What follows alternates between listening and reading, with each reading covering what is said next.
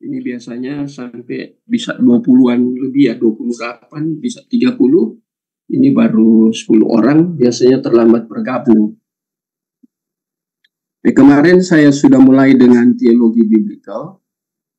Ya, saya ingin menekankan hal yang penting dalam teologi biblical. Itu pertanyaan-pertanyaan, tapi saya mau tekankan tentang dua hal ini. Ini yang Bapak Ibu bisa lihat, bisa terbaca atau sulit dibaca, terlalu kecil? Jelas ya? Oke, terima kasih Pak. Nah, yang saya mau tekankan ini berbicara tentang kebenaran. Kadang kita ada di wilayah abu-abu membicarakan tentang kebenaran karena kita kadang membaca terjemahan. Ya, ada memang langsung itu berbicara kebenaran Allah.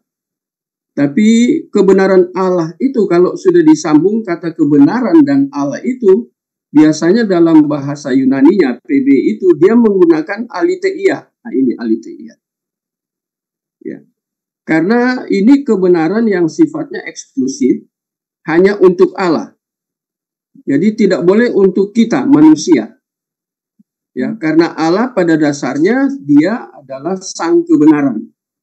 Kalau saya bicara Allah berarti saya membicarakan hakikat. Jadi kita harus hati-hati dalam apalagi belajar teologi biblika ya. Kadang orang membicarakan tentang Allah dalam wilayah abu-abu, dia tidak menjelaskan maksud dari dia berargumentasi atau menyampaikan statement Allah. Allah itu berarti menekankan hakikat. Kalau kita menekankan tentang hakikat, itu berarti kita sebut Allah, tapi kalau kita memahami Allah di dalam Alkitab, seluruh dari PL sampai PB, kita yakini itu Allah Tritunggal. Kita bukan oneness ya. Jadi harus jelas. Dan di dalam Allah Tritunggal itu ada pribadi, Bapa, Anak, dan Roh Kudus. Mereka Allah Tritunggal itu mengenakan semua aletheia. Demikian juga tentang kebenaran Alkitab, ya, karena bersifat absolut. Jadi ini Allah, kebenaran Allah itu bersifat mutlak, absolut. Jadi dia pasti pakai aletheia. Demikian juga kebenaran yang tertulis, ya, Theopneustos itu juga menggunakan aletheia karena itu kebenaran mutlak. Harus nanti kita belajar di biologi apa itu ineransi. Nanti kita belajar di situ. Infallibility, nanti kita belajar di situ. Dan kata yang kedua, ini kebenaran, kita sedang belajar teologi biblika, kita menyentuh dua kebenaran ini. Yaitu dikaiosune. Dikaiosune itu artinya kebenaran yang tadinya dari Allah, sekarang diberikan secara cuma-cuma kepada umat. Jadi kebenaran ini diberikan kepada umat. Ada dalam limit atau boundaries tertentu. Jadi tidak diberikan kepada seluruhnya. Karena kalau di kayu sunai ini berbicara tentang kebenaran. Dan kebenaran itu ada di dalam wahyu khusus. Jadi ini hal yang kita harus sangat hati-hati di dalam membangun teologi biblical. Khususnya menyentuh atau membicarakan tentang Allah. Itu makanya disebut itu sumber primer. Ya, jadi sumber primer, bukan sekunder. Ini hal yang sangat penting yang harus kita pahami bersama ya. Di dalam kita membangun teologi biblical, itu sumber primer, bukan sekunder. Ya. Jadi ini kemudian di sini disebut Allah itu, baik itu kebenaran khususnya, kebenaran Allah, baik itu kebenaran Allah yang melekat kepada Allah, dan kebenaran yang dianugerahkan, itu kita lihat sifatnya unik. Ya, saya harus tambah satu lagi, bersifat antitesis, unik, antitesis, kemudian eksklusif. Jadi kebenaran satu-satunya. Yesus itu kebenaran bentuknya tunggal, bukan jamak. Jadi singular, bukan plural. Hati-hati di sini ya. Nanti kalau kita bilang Allah di dalam Alkitab itu bentuknya jamak, akibatnya sangat mengerikan. Berarti sama dengan semua Allah di dalam agama-agama lain, atau Allah di dalam aliran-aliran kepercayaan lain. Ya. Jadi ini sangat penting. Jadi dia bersifat unik. Yang kedua, dia bersifat antitesis. Ini banyak dikemukakan oleh Cornelius Van Til. Dia banyak menekankan tentang kebenaran, artinya wahyu umum, wahyu khusus itu bersifat antitesis. Apa itu antitesis? Kalau ada antitesis itu sebelumnya ada tesis. Itu antitesis itu berkontradiksi dengan tesis. Allah di dalam agama-agama lain atau kepercayaan lain itu tesis. Nah, Allah di dalam Bible, di dalam Alkitab itu bersifat antitesis. Sangat berbeda. Yang terakhir, ini saya harus tambah, nanti saya tambahkan. Itu eksklusif. Ya, sangat eksklusif. Berbeda dengan ajaran agama lain. Jadi dalam kita membangun teologi biblikal yang menyentuh Allah dan seluruh kebenaran Allah. Kalau menyentuh Allah itu membicarakan tentang bagaimana Alkitab membicarakan tentang Allah. Karena hanya dari satu sumber, tidak dari bermacam-macam sumber. Makanya disebut teologi biblikal. Mengapa? Biblika, Alkitabiah. Ya. Grundem menggunakan kata Alkitabiah. Teologi Alkitabiah. Artinya teologi biblikal. Itu sumbernya hanya dari Alkitab. Tidak ada sumber yang lain. Ya. Dan cara Allah untuk memberikan Alkitab itu sampai kemudian dikanonkan itu dengan cara yang unik dan bersifat antitesis dan sangat eksklusif.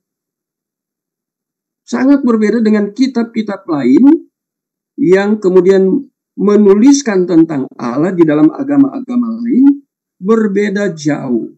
Ya, perbedaannya sangat signifikan.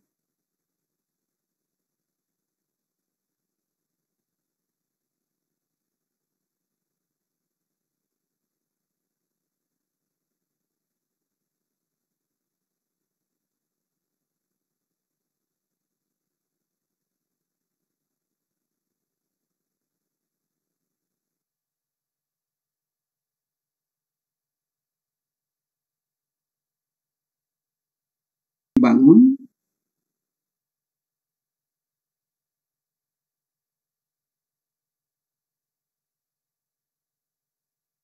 Ibu, saya sedang menjelaskan ini ya, mempertajam ini. Lalu saya mengajar caranya seperti ini, karena dulu dosen-dosen saya waktu saya di awal-awal kuliah, pelajaran yang paling akhir seringkali ditekankan kembali kemudian masuk ke yang lain. Jadi yang saya mau tekankan, nah ini kebenaran dua itu ya, gitu ya. Dengan sifat unik, antitesis, eksklusif. Ya, jadi tadi saya sudah jelaskan semua. Sekarang kita melangkah lebih jauh lagi. Nah, sekarang bagaimana kita membangun teologi biblikal?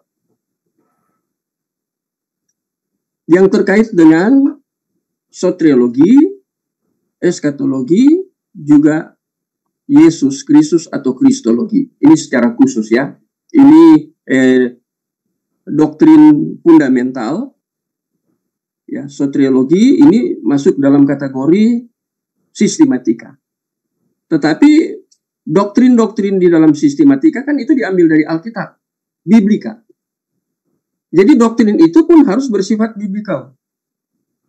Khususnya doktrin-doktrin yang sifatnya fundamental seperti ini, seperti soteriologi, eskatologi, kristologi.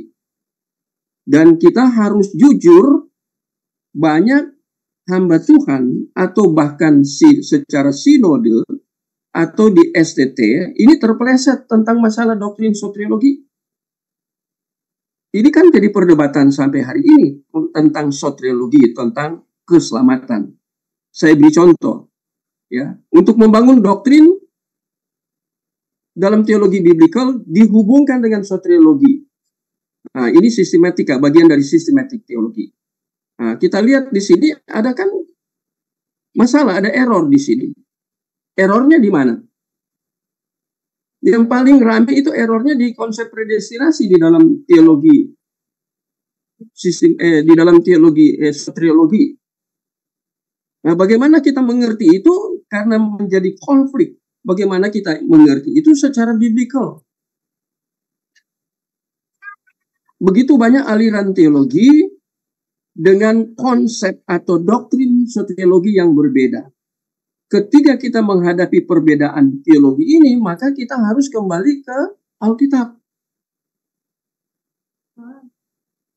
Oke, kita ada di dalam sejarah itu ya, khususnya tentang aliran-aliran teologi seperti Injili, kemudian aliran teologi umpamanya teologi yang ada di Roma Katolik, ya. Kemudian ada teologi yang liberal. Bagaimana mereka membangun soteriologi mereka? Ada di dalam teologi karismatik, Pantekosta, begitu banyak aliran teologi bukan hanya di Indonesia tapi di dunia ini. Nah, bagaimana mereka membangun teologi biblikal di dalam sistematika, khususnya soteriologi? Ini menjadi perdebatan yang luar biasa. Ketiga aliran-aliran teologi ini muncul dengan tokoh-tokoh tertentu sebagai sumber, maka kita untuk cek kebenaran yang disampaikan oleh para tokoh di dalam aliran-aliran itu, kita harus kembali ke teologi biblikal. Kita harus membangun dari situ. Kita mau bangun dari mana? Kalau tidak dari Alkitab. Itu yang penting. Ada yang berpendapat bahwa keselamatan itu respon manusia kepada Allah. Apakah benar? Kalau respon ke manusia kepada Allah berarti itu bukan anugerah lagi. Ini jadi masalah besar. Nah, bagaimana Alkitab katakan? Tentang iman juga seperti itu. Ya, Efesus pasal 2 ayat berapa itu ya, tentang iman itu. Coba kita lihat. Ini contoh-contoh ekstrim yang seringkali menjadi masalah yang cukup serius di dalam gereja, di para teolog ya. Mari kita membaca Efesus pasal 2. Karena ada yang berpendapat bahwa itu di dalam free will itu kemudian orang memberikan respon free will. Nah, bagaimana kita mengerti ini tentang iman? Nah, makanya saya baca Efesus pasal 2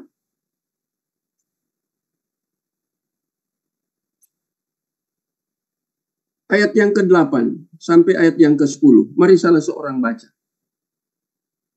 Mengapa saya tambahkan ini? Karena di satu kelompok yang saya ikuti, satu kelompok WA, ya, WA group itu, ada yang ribut soal itu. Soal predestinasi lah, soal iman lah, soal free will kah? Free will lah, itu menjadi bumerang. Ada yang katakan, oh itu pandangan dari aliran teologi ini. Itu pandangan dari aliran teologi itu. Dan seterusnya. Tuhan bisa memakai orang-orang di dalam aliran teologi untuk membangun teologi. Tetapi apakah teologinya benar apa salah, kita harus kembali ke Alkitab. Itu menjadi standar ukuran kita. Halo Bapak Ibu, mari baca dulu Efesus pasal yang kedua ayat 8 sampai 10. Ini menarik. Efesus pasal 2 ayat 8 sampai 9. Sebab karena kasih karunia kamu diselamatkan oleh iman, itu bukan hasil usahamu, tetapi pemberian Allah. Itu bukan hasil pekerjaanmu, jangan ada orang yang memegahkan diri.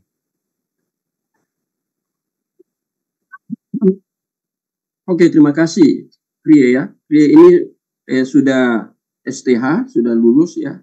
Dia sekarang lagi di Ambon.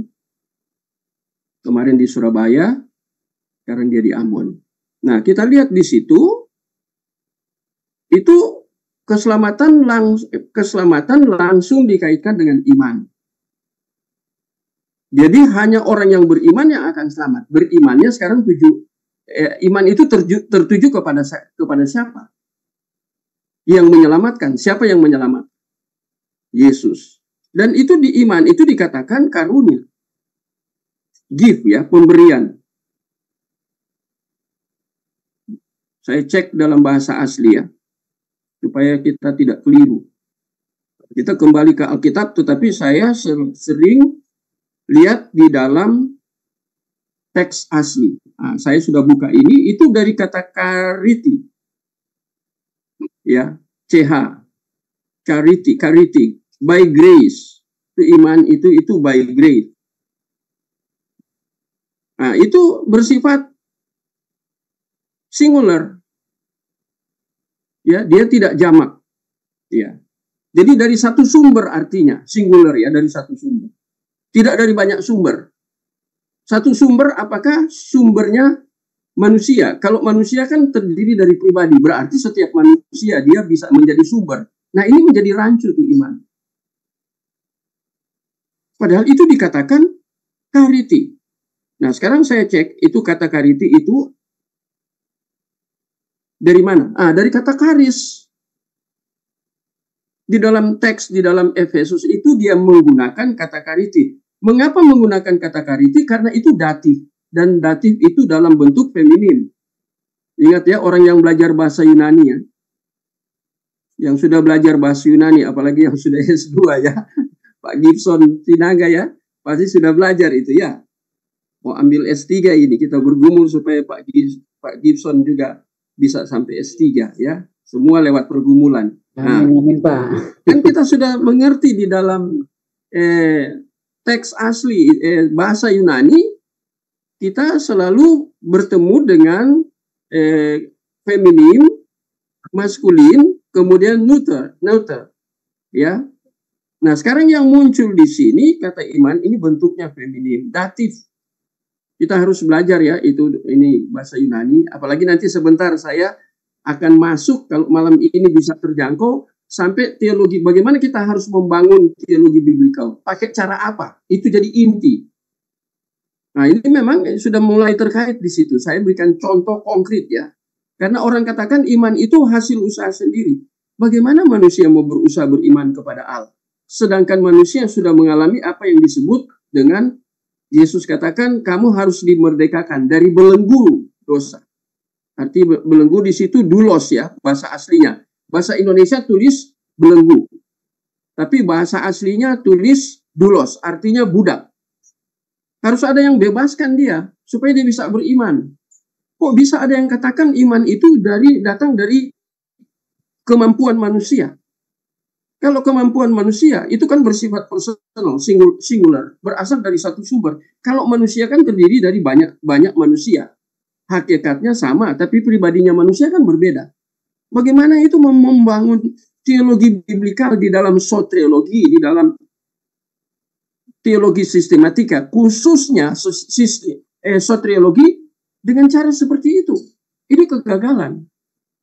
Ini kegagalan yang nyata. Dan yang katakan itu juga sudah S2 di sekolah yang bagus. Sekolahnya bagus, mungkin dia yang nggak bagus cara belajarnya. Nah, ini repot seperti ini ya. Nah, bagaimana dengan eskatologi? Wah, kalau eskatologi itu Pak Diki Ngalaryatan itu bosnya, pimpinan di STT RAI itu saya sudah ikuti itu ya. Ya, dia menulis jurnal. Bapak Ibu, saya dorong untuk baca jurnal dari orang-orang yang saya bisa rekomendasikan karena memang mereka orang yang berkualitas. Ya, Pak Diki Ngales lagi ambil doktornya yang kedua ya. Jadi DTH-nya 2, tetapi konsentrasinya berbeda, spesifikasinya berbeda. Nah, dia berbicara, apakah eskatologi kita, kan kita kenal tentang milenium itu ya, di dalam wahyu itu. Bagaimana tentang eskatologi? Kapan eskatologi itu dimulai? Nah, ini banyak juga hamba Tuhan yang tidak ngerti. Bagaimana mau membangun teologi biblikal di dalam eskatologi? Apakah eskatologi dimulai hari ini? Atau besok? Atau sudah terjadi? Sudah terjadi itu kapan eskatologi? Dari kata eskatos. Nah, kadang orang membangun seperti ini keliru. Konsepnya keliru. Teologi sistematikanya gagal. Kenapa? dasar teologi biblikalnya goyang. Ketika dia membangun konsep eskatologi ini dalam teologi sistematika, dia tidak kuat di dalam teologi biblikalnya, maka ini gagal. Ini dua ini nggak bisa dipisahkan.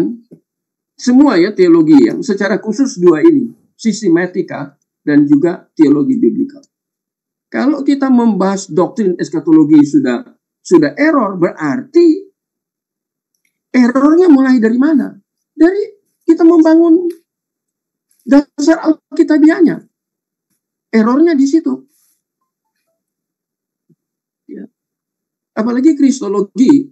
Saya membaca dan saya sudah mengajar cukup lama tentang kristologi di berbagai macam sekolah teologi karena saya dosen tamu. Ini kristologi ini. Ketika saya mengajar, minimal ada 7 aliran sesat di dalam kristologi, di dalam sejarah gereja. Bagaimana membangun doktrin tentang siapa Yesus itu, kristologi. Itu ada 7, minimal 7 aliran sesat di dalam kristologi. Bagaimana kita mengajar jemaat kalau kita keliru membangun doktrin? Sehingga orang sekarang kalau berbicara lewat mimbar hanya menekankan tentang Yesus. Yesus itu kan bersifat umum.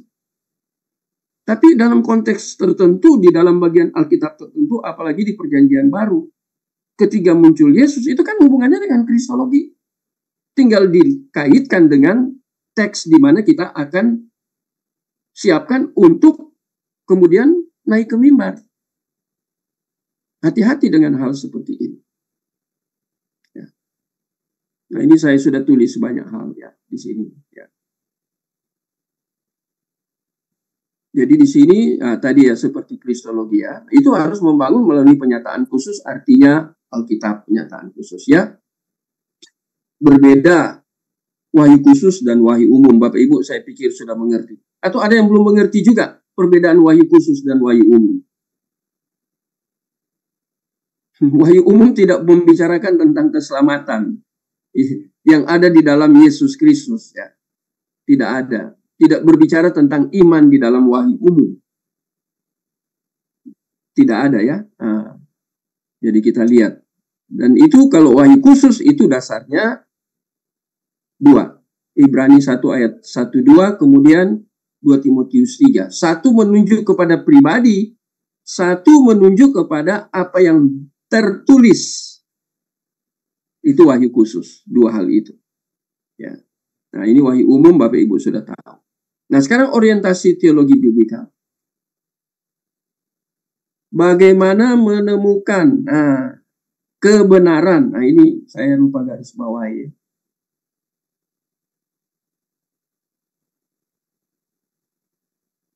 Nah kalau kita bicara wahyu khusus berarti orientasi teologi. Menemukan kebenaran dan artinya dari teks. Ini membangun teologi biblikal. Ya. Di dalam Alkitab kan begitu komprehensif ya. Nah, kalau kita mau belajar Alkitab kan di dalam teks-teks tertentu. Nah, kita melihat teks-teks tertentu itu untuk membangun teologi, orientasi teologi biblikal itu, bagaimana kita melihat teks itu? Sekarang orang tidak hanya baca teks, kemudian waktu dia khotbah, dia lepas teks itu kemudian dia kemana-mana. Dia jalan-jalan di dalam khotbah. Ini kan lucu. Itu kecenderungan. Karena waktu menyelidiki kebenaran, menemukan kebenaran dalam teks, untuk menemukan kebenaran kita harus, apa yang langkah kita harus buat? Menemukan. Yang pertama Alkitab sudah ada. Sudah tidak perlu kita cari. Tuhan sudah kasih wahyu khusus ini. Ada di tangan kita. Nah bagaimana kita menemukan kebenaran di dalam wahyu khusus ini? Kita harus melakukan apa kira-kira Bapak Ibu? Pak Iwan mau jawab? Atau Pak Gibson? Apa yang kita harus ketemukan di dalam kebenaran? Yang di dalam teks maksudnya. Bagaimana caranya? Satu kata kunci. Penelitian. Teks itu kan harus diteliti. Bukan hanya dibaca. Ini hanya dibaca, kemudian dikhotbahkan. Hari Minggu saya lihat kemarin. Di satu gereja. Saya duduk di situ, orang baca teks, begitu panjang teksnya. Tapi waktu dia khotbah, dia tinggalkan teks itu. Kemudian dia kemana-mana. Jadi dia tidak menemukan kebenaran di dalam teks yang dia baca. Jemaat yang dengar ketika dia memberikan argumentasi, statement yang dia munculkan dari atas mimbar, itu hanya amin-amin. Saya yang duduk mengerti tentang teologi biblikal dan teologi sistematika, saya geleng-geleng kepala saja. Itu kan kecenderungan orang ya, membaca Alkitab dalam satu perikop, kemudian waktu menyampaikan firman, dia kemana-mana sudah. Yang teks yang dia baca, dia tidak menekankan ada kebenaran di teks itu, dia tidak munculkan, dan itu menjadi tekanan utama. Ini kan jadi masalah. Jadi orientasi teologi biblikal itu menemukan kebenaran lebih spesifik lagi dari teks. Teks Alkitab yang kita baca. Atau kalau kita sebut, sekarang kan Alkitab di dalam terjemahan kan semua ada perikop. Bapak Ibu kalau belajar teks-teks asli, apakah ada perikop? Mulai dari PL sampai PB. Apakah ada perikop? Nggak ada. Bahasa aslinya nggak. Ya, itu harus Bapak Ibu lihat di kritik teks. Itu yang pertama. Yang kedua, menggunakan metode. Nah, ini metode ini penting. Metode di sini dalam arti apa, Bapak Ibu? Orientasi teologi biblikal. Metode ini metode apa, Bapak Ibu?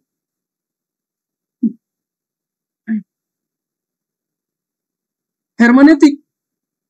Hermeneutika, ilmu tafsir. Harus hermeneutik. Ya. Saya di sini ada buku tentang Introduction to Biblical Interpretation. 3 hamba Tuhan besar menulis itu. Klein, Blomberg, Huber. Buku ini bagus sekali. Saya sangat rekomendasikan buku-buku seperti ini. Ini ya jilid 1, jilid 2. Ada beberapa teman sudah ambil, sudah beli. Ketika saya lihat buku ini, saya langsung cepat pesan. Sekarang ada di tangan saya.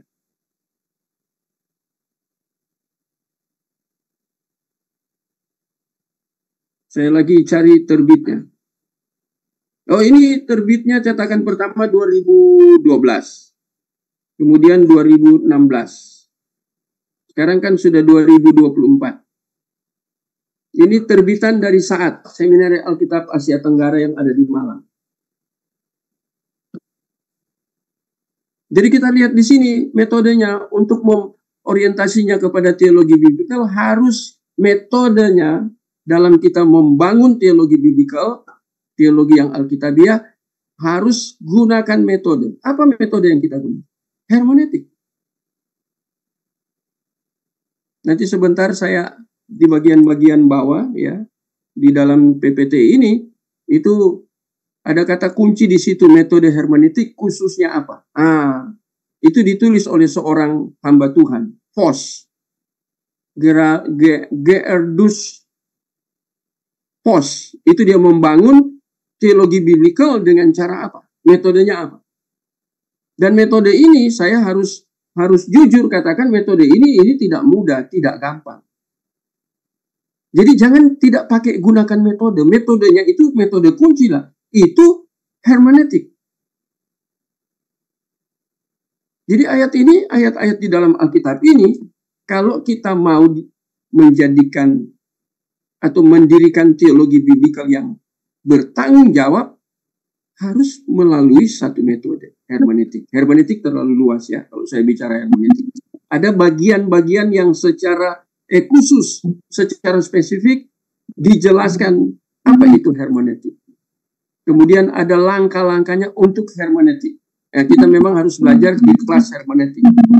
Ya, itu di hermeneutik khusus. Tapi kita lihat metode di sini.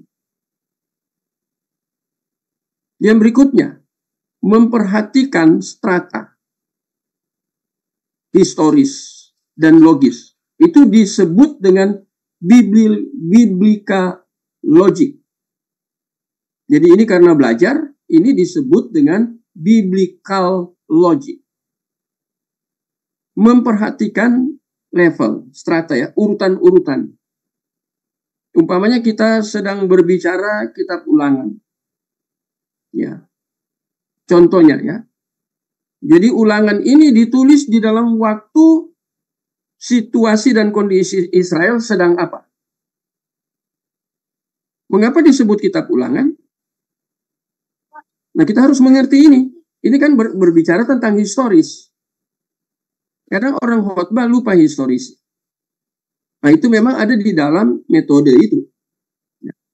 Yang pertama historisnya, strata historis. Urutannya ya, levelnya dari secara historis. Kalau kita berbicara kitab Keluaran, itu kitab Keluaran itu membicarakan tentang Israel yang bagaimana.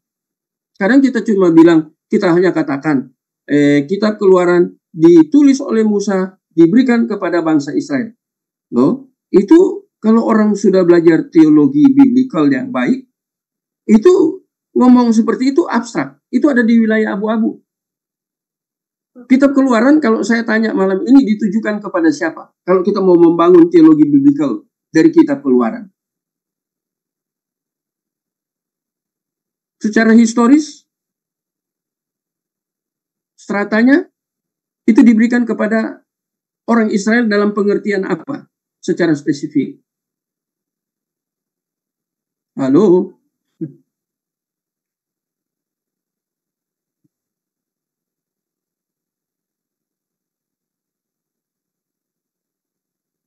Begitu banyak aturan-aturan di dalam kitab Keluaran. Kitab Imamat, Kejadian, Keluaran, Imamat itu diberikan untuk ibadah bangsa Israel. Itu spesifik. Itu antitesis. Itu eksklusif. Karena Allah yang melalui Musa memimpin dan memberitahu cara-cara beribadah orang umat dia pada zaman PL, yaitu Israel.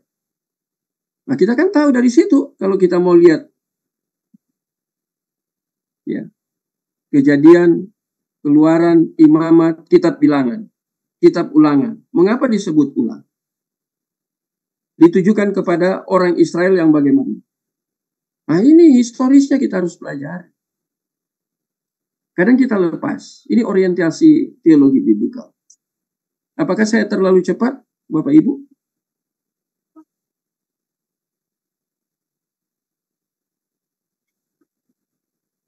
Ini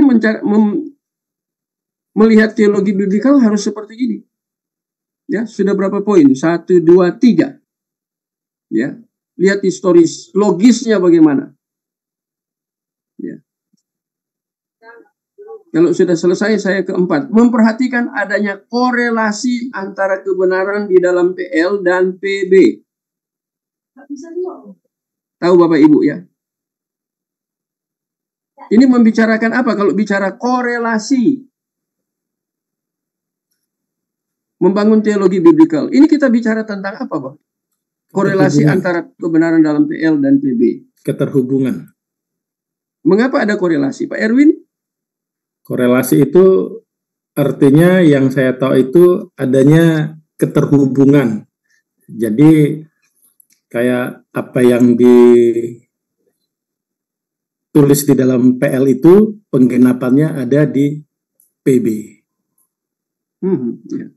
Saya pakai bahasa teologinya ya. Kalau di dalam kita belajar teologi itu ada yang tesis, ada yang antitesis. Kan itu tidak familiar di dalam jemaat, tapi di antara orang-orang yang sekolah teologi STT, kalau STT-nya bagus itu belajar tuh korelasi antara teologi di dalam teologi itu PL dan PB. Itu ada tipe, kemudian ada antitipe. Apa artinya tipe, apa artinya antitipe? Saya beri contoh ya, di dalam kita membangun doktrin kristologi yang alkitabiah, mulai dari PL sampai PB. Jadi Yesus bukan hanya ada di perjanjian baru, di perjanjian lama sudah ada dia. Itu Keluaran pasal 3. Coba kita lihat Keluaran pasal 3.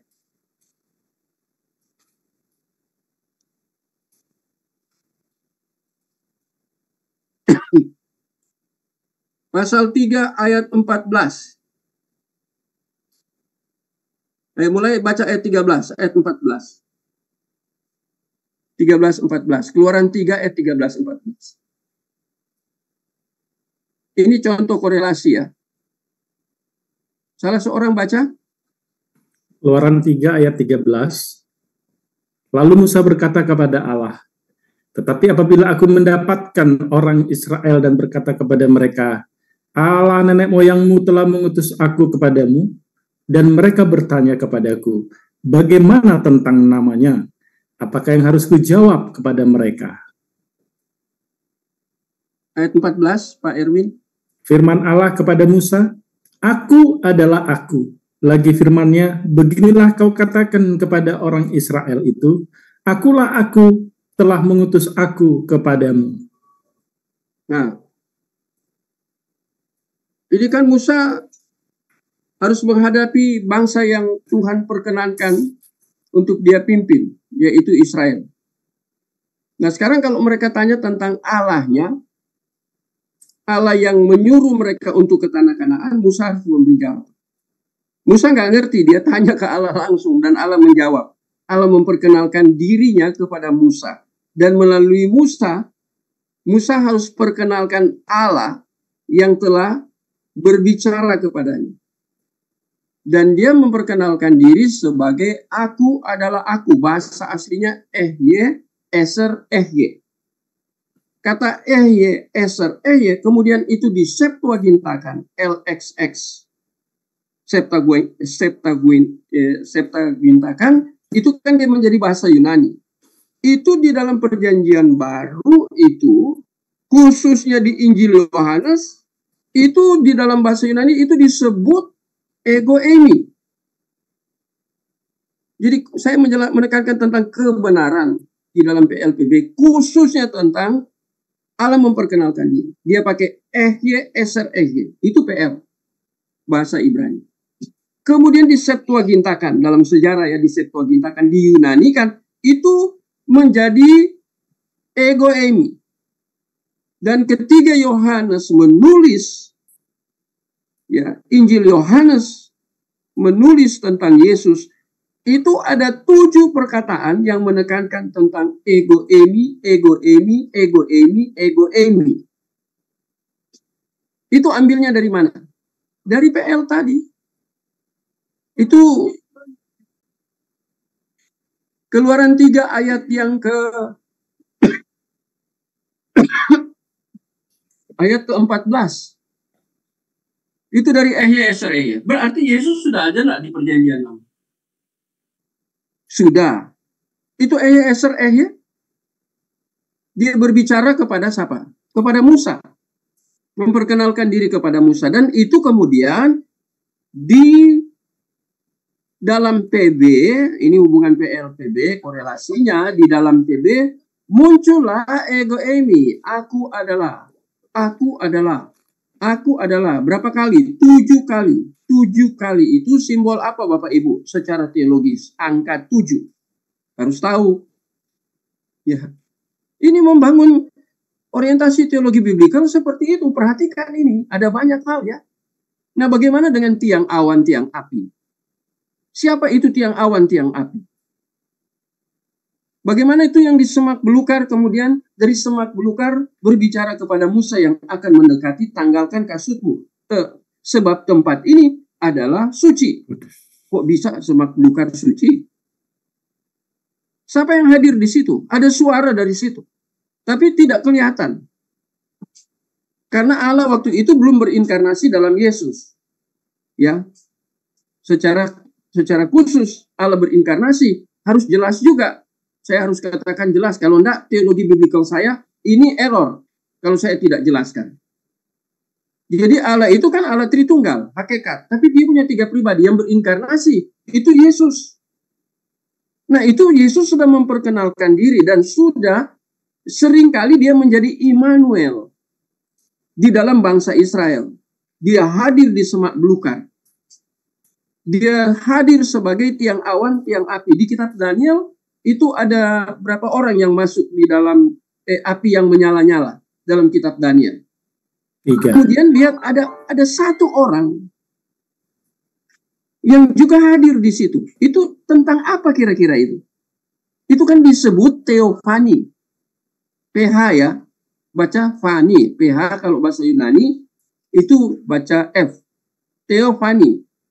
Ya, jadi Allah menampakkan diri dalam bentuk tertentu. Ada semak belukar. Apakah Allah semak belukar? Bukan. Ada Allah di situ, dia tidak berubah jadi semak belukar. Di dalam tiang awan, tiang api memimpin bangsa Israel ke Kanaan. Allah hadir di situ. Itu namanya teofani. Dia menampakkan diri dalam bentuk tertentu dan orang bisa melihat itu secara nyata. Ya. Tapi dia bukan tiang awan, tiang api itu sendiri. Dia bukan semak belukar itu sendiri. Halo Bapak Ibu. Itu namanya teofani. Kemudian ada yang menuliskan di puncaknya itu disebut dengan Kristofani. Wah, menarik sekali ya. Kristofani. Jadi teofani itu kemudian dijadikan Kristofani. Kenapa? Karena Yesus datang menampakkan diri, tapi di dalam bentuk manusia. Dia sudah tidak dalam bentuk tiang awan, tiang api. Ya, untuk datang menjumpai atau menyertai orang Israel. Jadi Immanuel itu ada di dalam PL. Apa buktinya? Itu yang awan tiang api. Memimpin mereka di padang gurun. Itu Immanuel. Siapa itu Immanuel? Yesus. Nah, ini maksudnya korelasi. Dalam membangun teologi, perhatikan korelasi-korelasi seperti ini. Banyak di PB itu latar belakangnya ada di PL. Kalau kita tidak menguasai PL benar-benar membangun teologi yang utuh, yang mengkorelasi antara PL dan PB, error teologi kita yang kita bangun. Bahaya. Jadi ini hal yang penting ya. Orientasi teologi biblikal ya. Memperhatikan korelasi antara kebenaran dalam PL dan PB. Harus dilihat, pelajari baik-baik tuh PL. Ada orang ekstrim belajar PB saja Pak. Oke lah. Tapi jangan lupa PL-nya harus kamu belajar juga. Mengapa? Karena yang di PL banyak kemudian digenapi.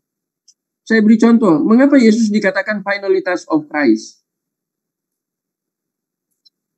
Nah, saya harus ulang lagi ya. Baca lagi satu. 2 ayat lah, 2 ayat. Ya, 2 ayat.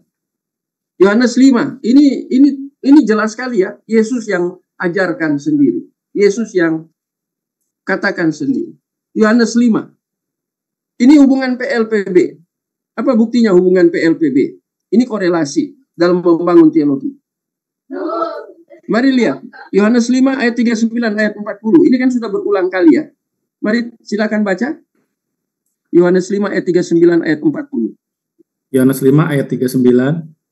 Kamu menyelidiki kitab-kitab suci sebab kamu menyangka bahwa olehnya kamu mempunyai hidup yang kekal. Tetapi walaupun kitab-kitab suci itu memberi kesaksian tentang aku, namun kamu tidak mau datang kepadaku untuk memperoleh hidup itu. Oke, terima kasih Pak Erwin. Jadi kita jelas di sini ya, ini Yesus ya. Dia bicara ke siapa? Ke para ahli Taurat. Karena mereka penyelidik. Ya, bukan hanya membaca, menyelidiki. Apa itu kata Yunani itu? Menyelidiki. Nah, harus cari itu ya. Itu bagian dari hermeneutik, menyelidiki. Meneliti. Yesus katakan, bagus kamu sudah menyelidiki. Dan dia katakan, menyelidiki itu, yang mereka selidiki apa itu Bapak Ibu? Ayat 39 tadi. Kitab suci. Kitab suci yang dimaksud apakah seluruh kitab suci? Dalam konteks itu. Hati-hati loh tafsir. Ini hermeneutik, ini interpretasi. Yang dimaksud kitab suci apa? Itu apa? Berhubung dengan orang yang menyelidiki tentunya. Mereka ahli Taurat. Berarti yang mereka selidiki itu PL. Pak. Perjanjian lama. Ini korelasi. Yesus bicara di PB. Yesus bicara waktu di dalam konteks perjanjian baru. Tapi dia mundur ke belakang. Bahwa sudah ada kitab yang sudah ada yang tuliskan tentang dia. Cuman orang-orang Yahudi atau Yudaisme itu tidak mau datang kepada dia sang sumber hidup. Bagaimana memperoleh hidup? Dia berbicara kepada orang yang hidup, tapi tidak memperoleh hidup. Lah, ini hidup jadi dua. Orang yang masih hidup tidak memperoleh hidup. Wah, ini menjadi menarik kok kalau interpretasi seperti gini. Khotbahnya tidak biasa-biasa saja. Ini khotbah hasil penelitian model seperti ini. Kadang-kadang kita tidak teliti ya. Jadi lihat itu korelasi dan PL dan PB itu jelas banget. Ibrani pasal 1 ayat 1-2 juga itu membicarakan tentang itu. PL, PB. PL, PB. Mau bangun teologi yang biblikal harus dihubungkan PL, PB. Nah, ini lagi rame-rame sekarang kan tentang persepuluhan. Bagaimana Pak Erwin, Pak Gibson, itu rame lagi persepuluhan. Apa di PB ada kata persepuluhan secara harafiah. Kok yang dilihat di PL ya, itu jelas sekali pasti di PL. Kalau di PB ada nggak? Ini kan jadi rame di YouTube itu di grup-grup saya kan banyak grup saya ikuti. Itu jadi ribut besar masalah itu. Pak Deking ada sudah munculkan itu. Sudah bahas itu habis-habisan. Tahu 1 jam atau 1 jam setengah apa 2 jam membahas itu. Tentang persepuluhan. Kenapa di PL ditulis secara harafiah, di dalam perjanjian baru tidak ditulis secara harafiah. Saya bicara harafiah ya. Nggak ada ditemukan di dalam seluruh perjanjian baru secara harafiah. Harus memberi persepuluhan. Tapi di PL apakah yang karena tidak ditulis itu dibatalkan? Ada orang di Surabaya hubungi saya terus, Pak, saya tolong ya. Hukum Taurat itu kan sudah batal. Saya, wah dalam hati ini bahaya ini, hukum Taurat memang sudah batal. Jadi PL dibuang saja gitu. Hukum Taurat dibuang aja, itu dari Tuhan juga. Tapi bagaimana mengerti itu dalam konteks perjanjian baru? Ini kan jadi menarik. Ini kan korelasi PLPB kan. Yesus katakan, aku datang untuk apa? Apa ya? Yesus datang berhubungan dengan Taurat. Aku datang untuk apa? Apa Pak Erwin? Menggenapi. Bukan meniadakan. Tidak meniadakan loh. Betul ya? Betul. Tapi apa di situ? Menggenapi. Menggenapi, Pak. Menggenapi. Mantap Pak Erwin. Kan tidak meniadakan. Dia di PB Yesus. Nah, dia katakan itu Taurat itu bukan dibatalkan. Tidak ditiadakan. Tapi menggenapi. Nah, itu tesis antitesis. Itu menarik. Ya, sangat menarik yang seperti ya. Tapi kadang orang tidak sampai ke situ. Ya. Jadi memperhatikan korelasi untuk membangun teologi biblikal. Ini penting nih. Kadang kita konsentrasi di sini PB, PL-nya lupa. Banyak sekarang kecenderungan orang kan khotbah dari PB ya, benar ya, kecenderungan sekarang ya. PL wah jarang sekali. Tapi saya kenal beberapa hamba Tuhan di gereja yang bagus, ada yang memang dia spesialisasinya di PL. Wah, kalau dia khotbah menarik PL-nya. Ada yang di PB. Jadi ada hamba Tuhan ini tiap dia naik mimbar, kalau memang di dalam programnya dia harus naik mimbar, selalu saya perhatikan dia bicara PL. Ada yang saya lihat bicara PB. Wah, menarik. Ya, saya kurang tahu Pak Erwin bicara lebih banyak di mana. Semuanya Pak, PL, PB. Dua-dua ya, saya balance, Pak Gibson, Pak Anton dan lain-lain ini bicara yang paling banyak dari mana Kak? Kita sering kehilangan keseimbangan. Saya disertasinya dari PL. Yang satunya disertasinya dari PB. Jadi 2 disertasi, 1 PL, 1 PB. Menarik. Nah, itu yang korelasi ya. Nah, berikutnya. Memperhatikan apa di sini? Linguistik.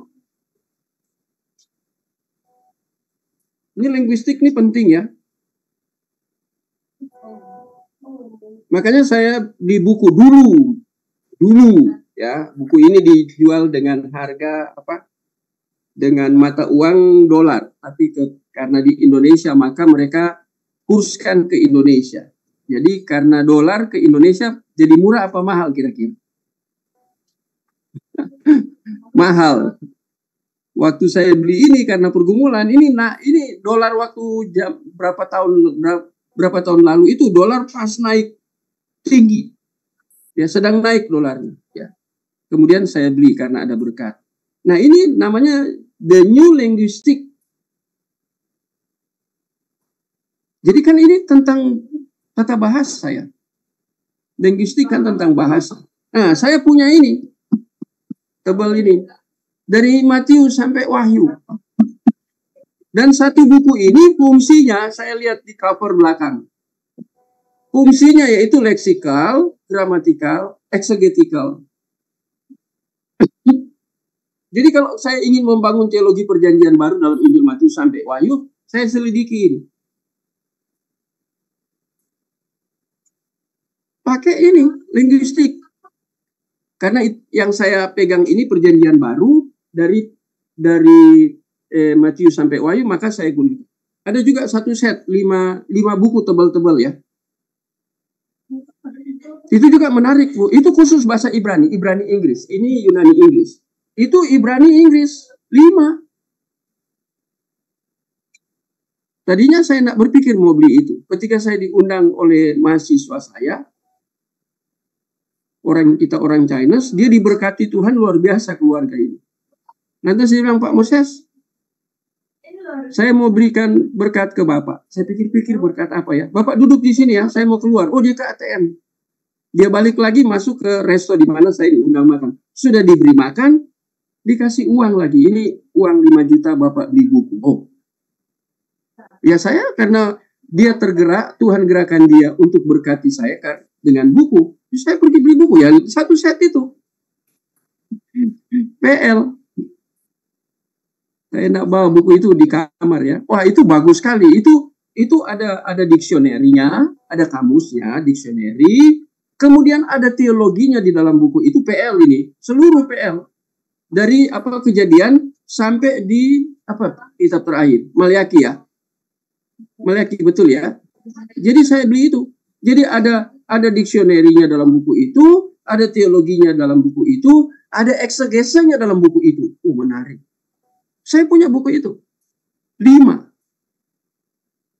Jadi kalau saya mengadakan penelitian dari PL, saya gunakan buku itu.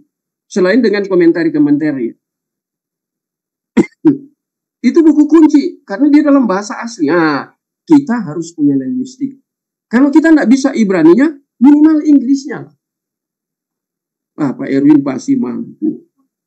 Ya, teman-teman ya, Pak Rano pasti mampu. Apalagi ini ya. Tadi ada Pak Sinaga ya. Minimal kita ambil bahasa Inggrisnya. Karena itu Ibrani Inggris yang saya punya, yang Matius sampai Wahyu ini linguistik, ini Yunani Inggris. Yang saya punya yang 5 itu di situ, itu William van Gemeren yang tulis buku itu. Seorang dari Belanda yang ahli dalam Ibrani Aramaik, bahasa-bahasa semistik. 5 jilid dia punya buku tebal-tebal. Linguistik kita patut linguistik. Bagaimana kita mau eksegese kalau tidak gunakan linguistik? Bisakah kita eksegese pakai terjemahan? Halo Bapak Ibu, ada pengalaman Bapak Ibu eksegese pakai terjemahan bahasa Indonesia, gitu kan? Di eksegese itu pakai linguistik. Apakah Ibrani, ada Aramaik. Aramaik ini sebagian kecil ya, kitab Daniel. Ya, kemudian di PL juga ada PB. Yunani Aramaik ini di dalam PB. Ini Aramaik itu ada nggak di dalam PB ini Aramaik? Bapak Ibu bisa tunjuk bahasa Ibrani di dalam PB?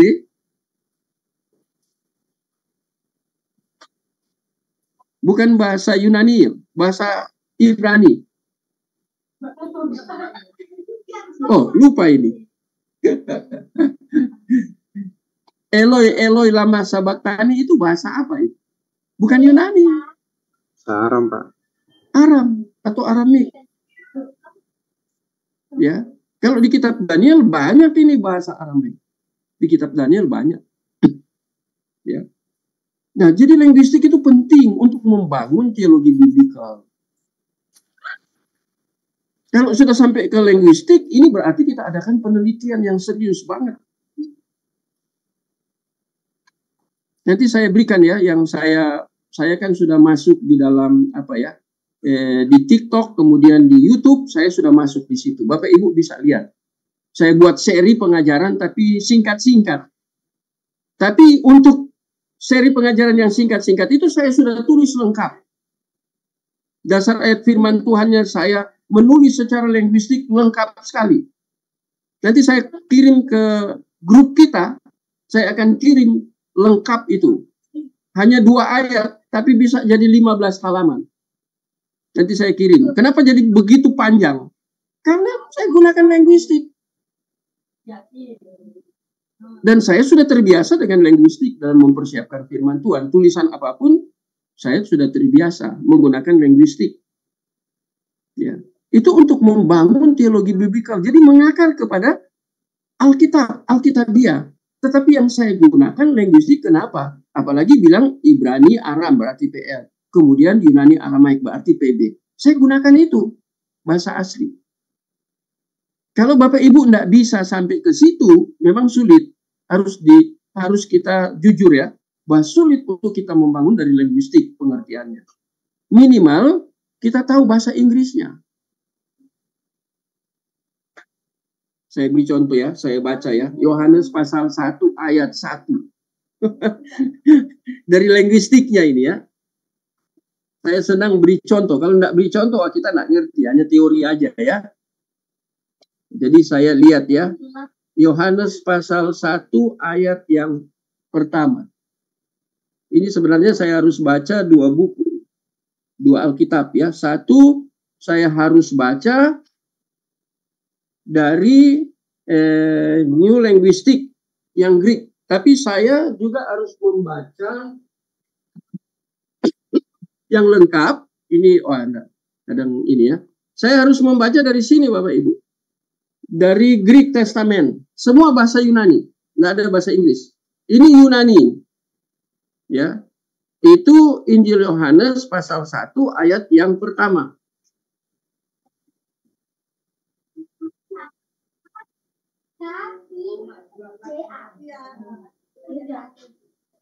Nah, nanti kalau kita mau lihat tentang bagaimana mengeksegese, itu kita ambil di linguistik. Tapi kalau mau membaca lengkap, kita ambil dari Greek, New Testament. Ini yang berikan ke saya, ini saya dihadiahkan waktu saya kuliah. Hanya 3 orang diberikan ini. Nah, ini saya bacakan ya. Linguistiknya, en arke en hologos, kai hologos, en pros ton theon, kai theos en hologos. Itu Yohanes 1 ayat 1. En arke, arke itu artinya pada mulanya. Nah, kan di sini seperti gini. Nah, untuk menolong saya untuk eksegesenya, linguistik ini, saya baca dari sini. Dari New Linguistic Key to the Greek New Testament. Saya baca dari sini untuk menjelaskan itu. Maksudnya apa ya? Itu Yohanes 1 ayat 1 ya. Arke itu. Itu dative singular. Nah, itu beginning refers to a period before creation and is more qualitative than temporal. Ini dari Colin Brown.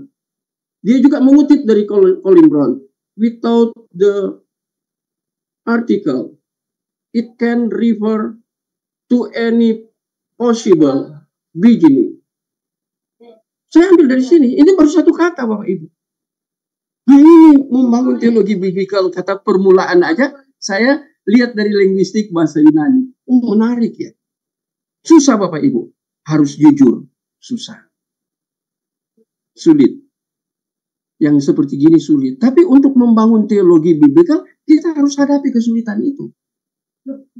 Kalau saya orang punya tekad untuk mencari tahu yang sebenarnya, saya cari linguistiknya.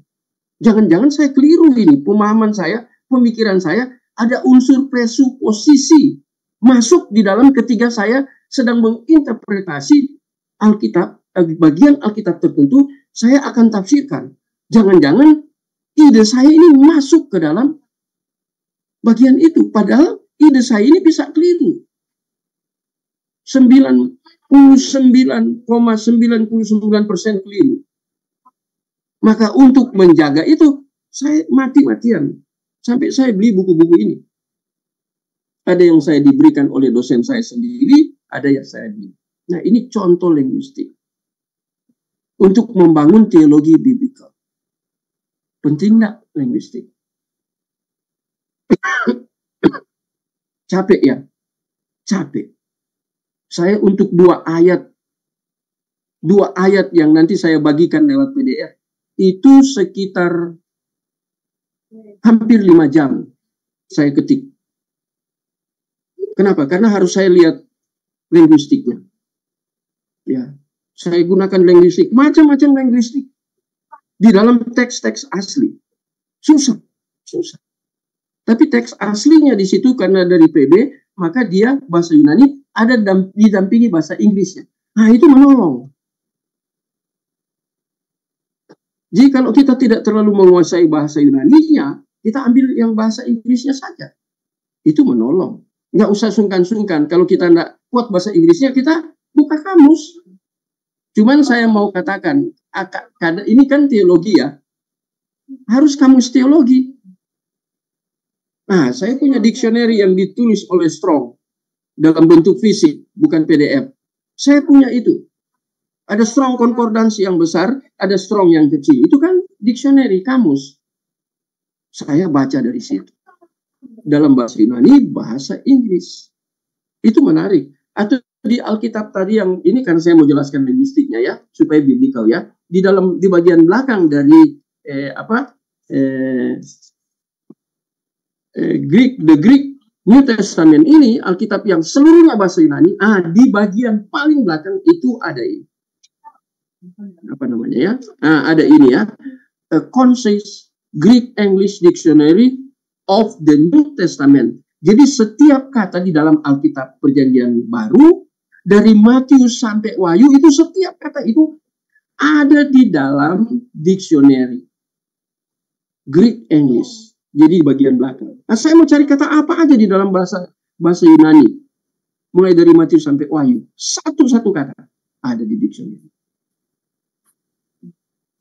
Saya bandingkan yang ini, conscious ini, Greek New Testament, Greek English, saya bandingkan dengan itu. Sama-sama fisik. Tapi saya punya juga dalam bentuk ya PDF. Saya lihat lagi di situ di interlinear, di Strong Concordance, PL, PB, ada semua. Lengkap. Saya lihat di Help, saya lihat di Thayer Lexicon. Jadi saya kaya sekali dengan hanya satu kata mau cari. Itu begitu jelimet. Itu kan nggak gampang. Tapi hasilnya itu membuat saya senang. Susah tapi senang. Kenapa? Susah waktu cari itu. Hanya satu kata. Tapi berakhir dengan kesenangan. Berjam-jam. Nah, Tuhan sudah bawa terbiasa dengan hal-hal yang sulit itu. Jadi sudah terlatih puluhan tahun. Sampai hari ini saya terus konsisten di situ. Halo Bapak Ibu. Mengapa saya tekan? Linguistik penting untuk membangun teologi biblik. Kita harus menghermeneutika, dan bagian dari hermeneutika itu metode tadi. Dan kalau sudah masuk linguistik, kalau saya sudah pakai buku-buku tadi dengan dictionary, ini berarti exegetical. Makanya yang saya tadi tunjukkan bukunya, ini The New Linguistic and Exegetical Key to the Greek New Testament, di belakangnya diarahkan kita bahwa buku ini, Alkitab dalam bahasa Yunani Inggris ini fungsinya untuk leksikal, ini fungsinya untuk gramatikal. Yang terakhir, exegetical. Jadi urutannya paling akhir eksegese. Sebelum kita naik mimbar, yang jadi pertanyaan ketika kita naik ke atas mimbar, kita baca Alkitab, apakah masih Alkitabiah? Waktu kita khotbah, masih Alkitabiah enggak? Ini jadi pertanyaan besar ke saya, apalagi di masa era posmo ini. Jadi pertanyaan besar. Masih Alkitabiah enggak dia? Jangan-jangan leksikalnya keliru. Gramatikalnya keliru.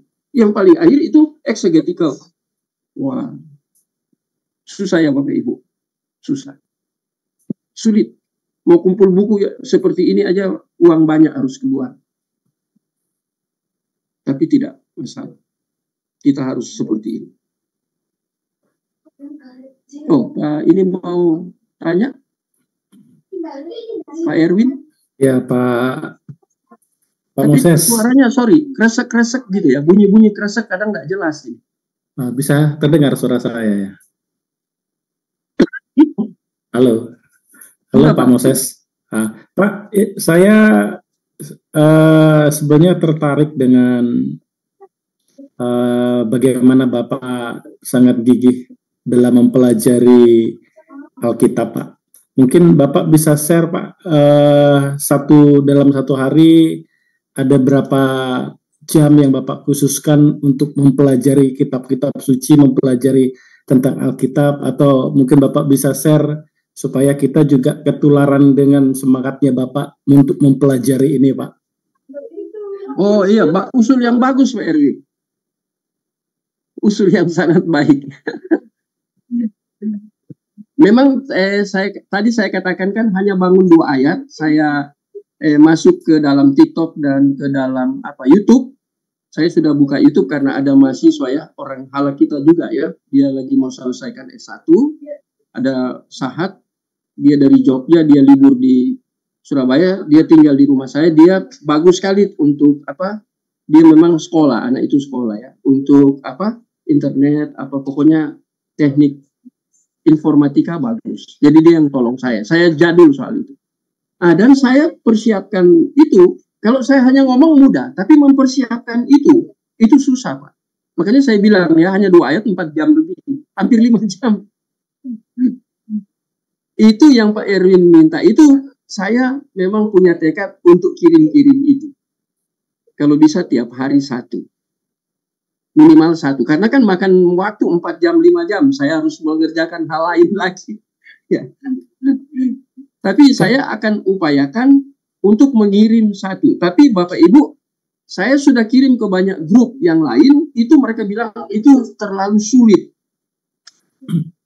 Maksud saya begini Pak. Segi biblical. Hanya untuk orang yang mau belajar Pak Erwin yang mau.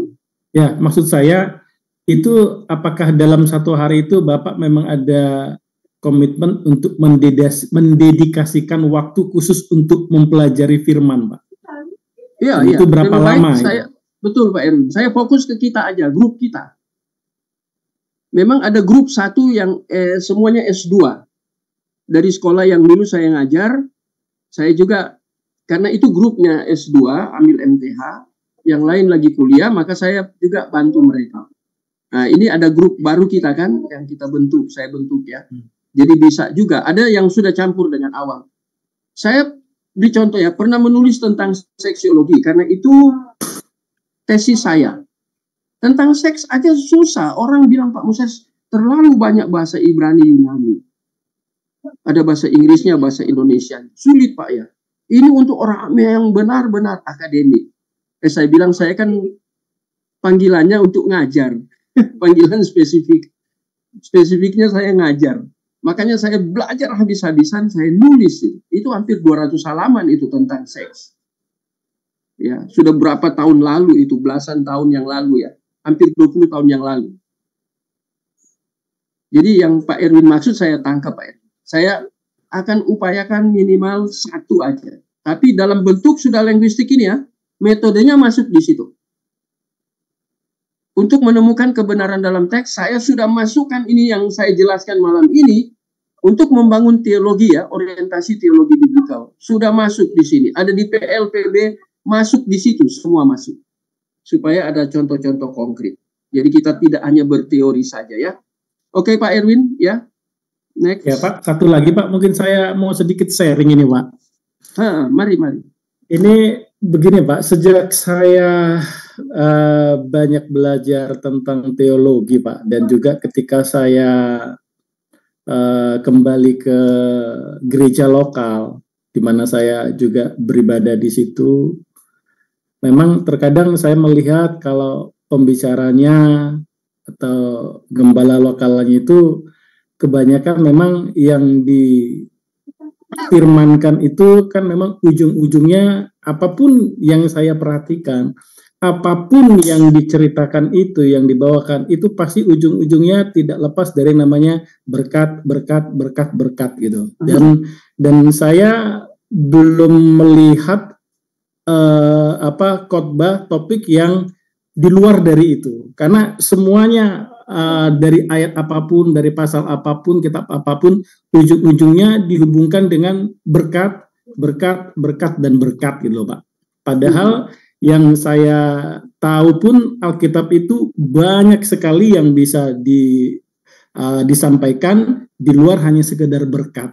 Karena semua yang dikhotbahkan pasti ujung-ujungnya nggak lepas dari berkat. Gimana supaya kita mendapat berkat, bagaimana kita diberkati, bagaimana supaya berkat itu tidak lalu dari kita. Nah, terkadang di situ membuat saya, loh, kalau setiap kali khotbahnya hanya tentang itu terus, dan apa yang dikhotbahkan pun kadang-kadang ya saya juga sudah topiknya, oh ini nanti akan mengarah ke sini, tapi walaupun itu akan ujung-ujungnya kepada berkat. Itu yang pertama Pak. Jadi saya lihat kok, lah kalau gitu apa yang saya dapat, maksud saya sudah datang beribadah, tetapi ya hanya itu, dari saya tidak mendapatkan apa-apa di situ. Nah, tapi di sisi lain juga terkadang sisi negatifnya gini Pak. Kalau misalnya ada pembicara, ini membicarakan, kadang-kadang saya merasa, yang saya tahu dia itu yang dia beritakan itu nggak seluruhnya benar, kadang-kadang mengutip ayatnya salah gitu. Tapi jadi kadang-kadang saya malah berpikir, kayaknya saya masih lebih pinter daripada kamu dalam tanda kutip gitu kan. Jadi kadang-kadang di situ pun ya saya tahu itu kesombongan ya. Tapi walaupun saya saya minta ampun untuk itu, cuma ya jadi saya kalau menemukan orang-orang yang menurut saya dia tidak tepat untuk mungkin persiapannya atau pengetahuan teologinya, jadi saya pun jadi merasa, loh kok mereka apakah tidak punya pengetahuan teologi sehingga menyampaikan hal seperti itu. Walaupun di sisi lain saya juga tetap menghargai dalam keterbatasan dia tetap mau untuk memberitakan firman dalam bentuk khotbahnya itu Pak. Nah cuma terkadang ya itu, di satu sisi saya melihat saya nggak mendapatkan apa-apa, di sisi lain juga saya merasa sombong di sini gitu loh Pak. Itu yang selama ini saya alami gitu loh Pak. Karena saya lihat loh kok ini kebanyakan memang berkat lagi, minggu depan berkat lagi, padahal ada banyak hal yang bisa dibagikan selain hanya pada berkat saja. Itu sih Pak yang mau tak sharing Pak. Intinya berkat ya. Ya. Itu langsung kita tahu bahwa hamba Tuhan yang seperti itu dia ekstrim dalam blessing theology. Tapi blessing theology dispesifikasikan itu lebih kepada unsur-unsur yang bersifat kontemporer, sementara. Padahal memang seluruh bagian firman Tuhan yang harus dikhotbahkan itu berkat. Ya, jadi tapi berkat yang mana? Berkat yang lebih itu untuk menumbuhkan iman kita, rohani kita. Bukan dengan masalah soal yang berkat-berkat yang sifatnya kontemporer, apalagi berhubungan dengan berkat yang berbau finansial. Itu kebanyakan yang di Surabaya juga gitu, rata-rata, banyak. Padahal hamba Tuhannya kuliah, belajar sampai S2, itu sangat disayangkan, rugi kan?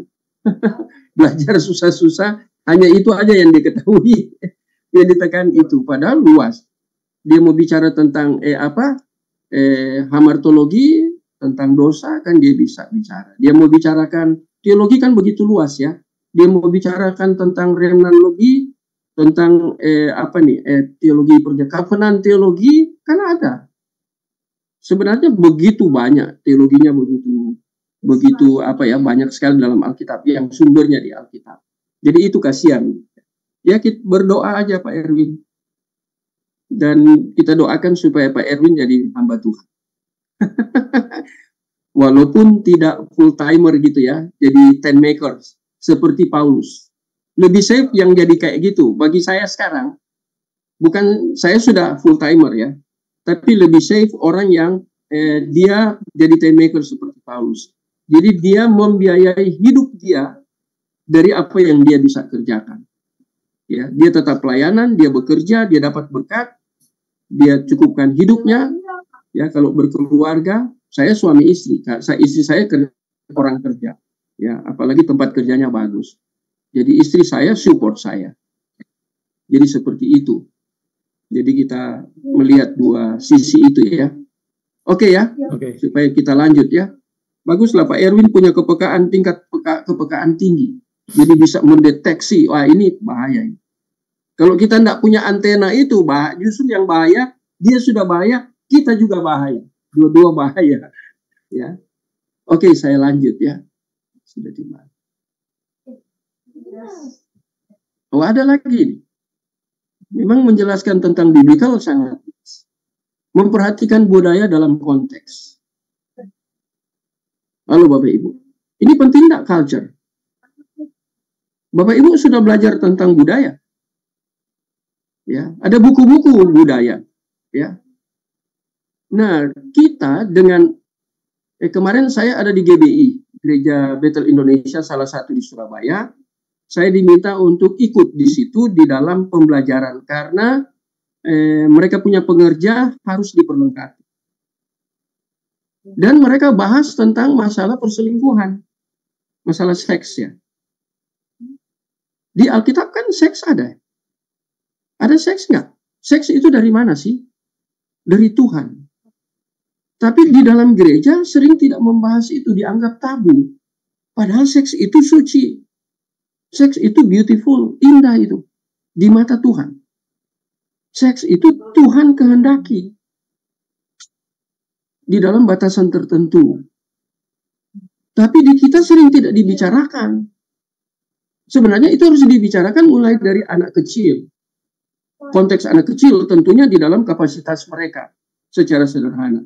Baru ya di sekolah minggu lah. Kemudian naik di remaja. Apalagi di remaja. Masa pubertas. Itu riskan banget. Nah, ini contoh aja tentang memperhatikan budaya dalam konteks. Membangun teologi biblikal di dalam konteks budaya. Waktu penulisan Alkitab itu penulisannya dalam budaya. Nah, bagaimana tentang orang yang di dalam budaya orang Yahudi, orang yang ditemukan bersinah? Apa kebudayaan orang Yahudi? Tradisinya apa?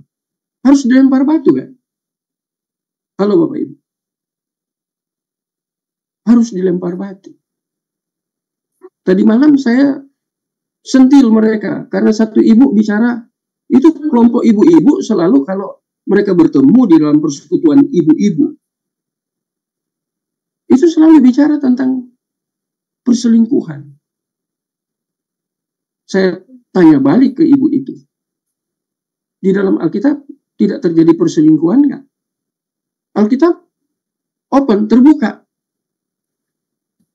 Abraham bagaimana? Poligami. Iya kan? Abraham poligami nggak? Poligami, Pak. Nah, sekarang tokoh-tokoh di Alkitab seperti Daud poligami nggak? Poligami. Apalagi Saul. Itu PL ya. Mereka dilempari batu nggak? Kapan tradisi lempar batu itu budaya di Yudaisme? Nah, kita kan nggak belajar di situ. Nah, Alkitab ditulis dalam budaya, bukan budaya kita. Budaya di dalam Israel, antara mulai dari zamannya Ayub, kemudian terus ya, Abraham, Musa, itu budayanya bagaimana? Kita pernah pelajari enggak? Itu kehidupan bangsa Israel di dalam budaya mereka sebagai bangsa. Bapak Ibu pernah belajar tentang teologi dalam cross culture? Belum. Sudah baca buku-bukunya? Ada seorang ahli misi menulis tentang cross culture. Itu menarik. Nah, bahasa Indonesia, bahasa di dalam Alkitab itu juga dalam pengaruh budaya. Karena bagian dari budaya itu kan bahasa. Mengapa Alkitab ditulis dalam bahasa Yunani? Ada latar belakangnya? Tidak, Bapak Ibu. Orang yang belajar bahasa Yunani, dia pasti belajar backgroundnya. Kenapa Alkitab? Siapa sih yang menjadi motornya? Ketika Alkitab ditulis dalam bahasa Yunani, memang Tuhan kehendaki. Tapi waktu itu, siapa yang menjadi motornya? Itu ada satu nama dalam sejarah. Yang dia menjajah, dia menguasai termasuk orang Israel. Dalam hal ini Israel di PB kan Yahudi ya, bangsa Yahudi. Ya, bukan 10 suku ya. Yahudi kan berarti 2 suku. Saya harus bicara jelas ya, supaya biblical, supaya alkitabiah. Nggak boleh ada di wilayah abu-abu. Yahudi itu. Siapa yang berperan? Alexander the Great. Sudah pernah lihat sejarahnya? Alexander the Great yang berperan. Alexander Agung itu yang berperan. Dia bertobat kan. Dia itu Yunani, itu dia menguasai itu sampai di India. Dia mati muda. Nah, di situ orang Israel harus berbahasa Yunani, gitu ya. Kalau dijajah, penjajahnya itu bukan hanya bawa kekuatan jajahannya, tetapi dia membawa budayanya. Jadi bagian dari budaya juga bahasa. Alexander the Great, kenapa bahasa Arab? Kenapa ada bahasa Arab? Saya tanya lagi, Yesus bisa bahasa Yunani tidak? Murid-murid bisa bahasa Yunani tidak? Bahasa Yunani Alkitab, bahasa Yunani itu ada berapa jenis? Bahasa Yunani Alkitab itu, bahasa Yunani apa? Itu disebut koine. Koine itu artinya apa? Karena Alkitab kita ditulis dalam bahasa Yunani koina. Maka kita harus mengerti secara linguistik. Ini nyangkut dengan budaya. Lalu Bapak Ibu, kalau di kita ini, zaman kita sekarang, orang kekristenan masa sekarang, konteksnya bagaimana kalau orang berselingkuh? Kalau orang model orang barat, anak-anak muda aja sudah tinggal sendiri di apartemen, sudah hidup bersama. Tapi mereka kan kuat HAM-nya. Budaya sudah jadi budaya itu. Nah, sekarang budaya HAM yang ada di dunia barat itu yang menghancurkan kekristenan itu di barat itu kan dulu kekristenannya kental. Sekarang kan hancur berantakan. Generasi-generasi sekarang kan membuat hancur semua. Budayanya kan budaya free sex. Kenapa gereja nggak mampu berdiri tengah-tengah budaya gitu? Karena mereka HAM-nya kuat. Nah, HAM-nya biblical, tidak HAM-nya Alkitabiah, tidak hak asasi manusia. Sehingga tidak boleh mengganggu apa yang menjadi keputusan orang lain, nggak boleh. Kecuali dia melanggar hukum. Ada hukumnya kan di sana. Tapi ada budaya yang kompromitisnya kuat. Khususnya di kalangan anak muda. Saya lihat di hotel beberapa waktu lalu ya. Ada berapa bule itu pasang-pasangan mereka. Masih remaja-remaja. Datang di Surabaya di satu hotel. Saya kebetulan ada di hotel itu. Mereka renang kok. Pasang-pasangan, muda-muda. Kita yang lihat rasanya risih, tapi bagi mereka biasa saja. Kenapa? Alkitab ditulis dalam konteks, kalau berkaitan dengan bahasa itu budaya tertentu. Kadang di dalam Yesus mengambil tindakan di dalam budaya-budaya tertentu pada masa itu. Kita mengerti ya. Apa contohnya? Yesus ambil cara di dalam budaya pada masa itu di dalam Yudaisme. Sehingga Yesus kemudian membuat penetrasi. Penetrasi dalam budaya itu penerobosan. Karena bagi orang Yahudi, hari Sabat tidak boleh pergi kemana-mana kan? Tidak boleh buat mujizat. Sampai ketika Yesus menyembuhkan orang, diprotes. Kok hari Sabat kamu bekerja? Yesus kemudian buat penetrasi. Yesus melawan budaya tidak benar yang dibangun seperti itu. Ya. Jadi kita lihat di dalam Alkitab ini ada budaya. Hati-hati kita ketika menafsirkan Alkitab. Kenapa Paulus di dalam Korintus dia melarang wanita berkepang-kepang rambutnya itu? Itu unsur budaya. Jangan khotbah keliru. Harus biblical. Dalam biblical kita menghargai budaya pada waktu zaman Paulus menulis itu dalam konteks di Korintus. Budaya di Korintus beda dengan di Galatia, beda dengan di Efesus. Paulus bicara di dalam konteks budaya Korintus, dia bilang tidak berkepang-kepang. Tapi itu Bapak Ibu tidak akan temukan di Galatia, di Efesus, di Filipi. Nggak ditemukan itu. Itu konteksnya budaya. Nah sekarang, Paulus bicara tidak boleh hamba Tuhan naik mimbar, wanita naik mimbar ya. Apakah memang benar wanita naik mimbar atau pada zaman itu Paulus sedang berbicara dalam budaya tertentu? Nah, itu harus hati-hati. Di dalam penelitian supaya dia alkitabiah, dia biblical, Bapak Ibu membangun teologi yang bagus di situ. Itu karena ada unsur budaya. Sekarang budaya di luar. Pak. Izin bertanya Pak ya, sekarang di luar ya. Apa nih bayi tabung. Sekarang bukan bayi tabung lagi, cloning di Barat. Itu di kita nggak ada budaya. Apa euthanasia yang minta disuntik mati itu di Indonesia kan belum ada. Saya dengar di Aussie sudah ada karena ada jemaat yang dulu saya pelayanan itu ada berapa di Australia, beberapa jemaat di Australia. Itu euthanasia itu diakui pemerintah, itu sah secara hukum. Nah, bagaimana dengan gereja? Suntik mati, minta suntik mati. Kan belum ada hukum di Indonesia seperti itu. Nah, sekarang budaya, sekarang sudah jadi budaya. Di Eropa mulai masuk ke Indonesia. Apa itu? Pernikahan sesama gender. Apa namanya itu? LGBT. LGBT. Sudah mulai diterima gereja ya. Ada gereja tertentu yang terbuka, toh? Mengapa gereja terbuka? Karena itu mereka lihat dari sisi apa? HAM. Ayo teman-teman, tulis jurnal. Mau tulis jurnal sama saya, bantah tentang LGBT. Apakah LGBT biblical atau tidak? Dari mana asal mulanya LGBT? Pasti karena dosa. Sudah pasti. Kita bicara unsur dosa. Kalau mau buat jurnal. Ayo tulis sama-sama saya. Nanti di situ saya penulis pertama, di antara Bapak Ibu penulis kedua. Tentang LGBT, apakah biblical atau tidak? Itu perlu. Nanti itu sudah menjadi budaya, menjadi culture. Bagaimana kita menerobos itu dengan kebenaran firman Tuhan.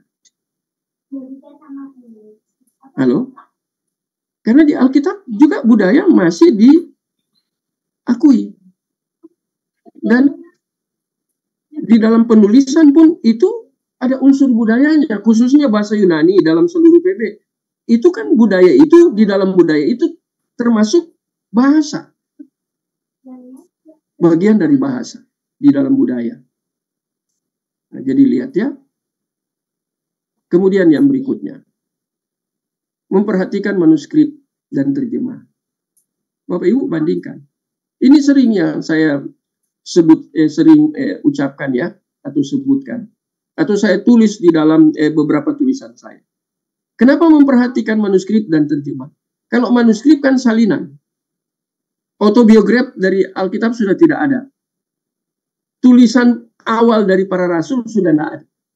Yang ada kan salinan-salinan.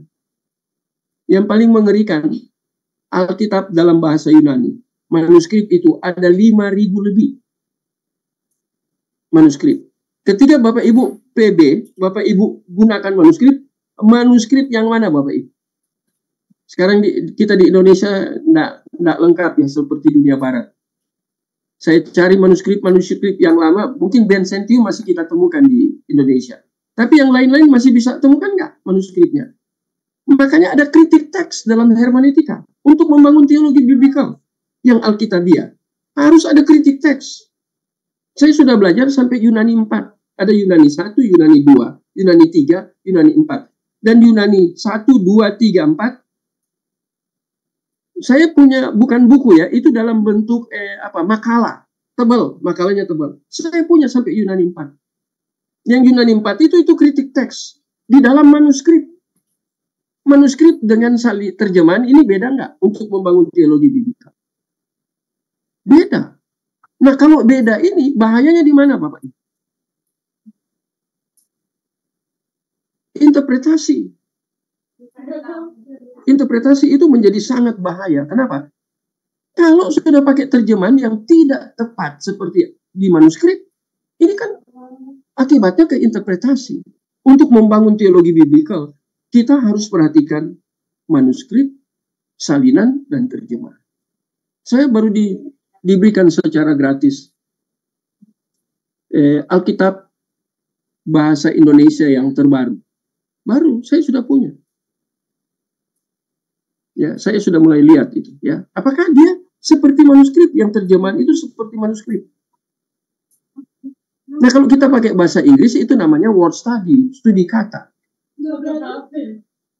Saya pernah katakan ya di kelompok ini ya, untuk membangun teologi biblikal yang alkitabiah, ketika kita mau menafsirkan bagian tertentu di Alkitab secara alkitabiah, ini kita harus perhatikan.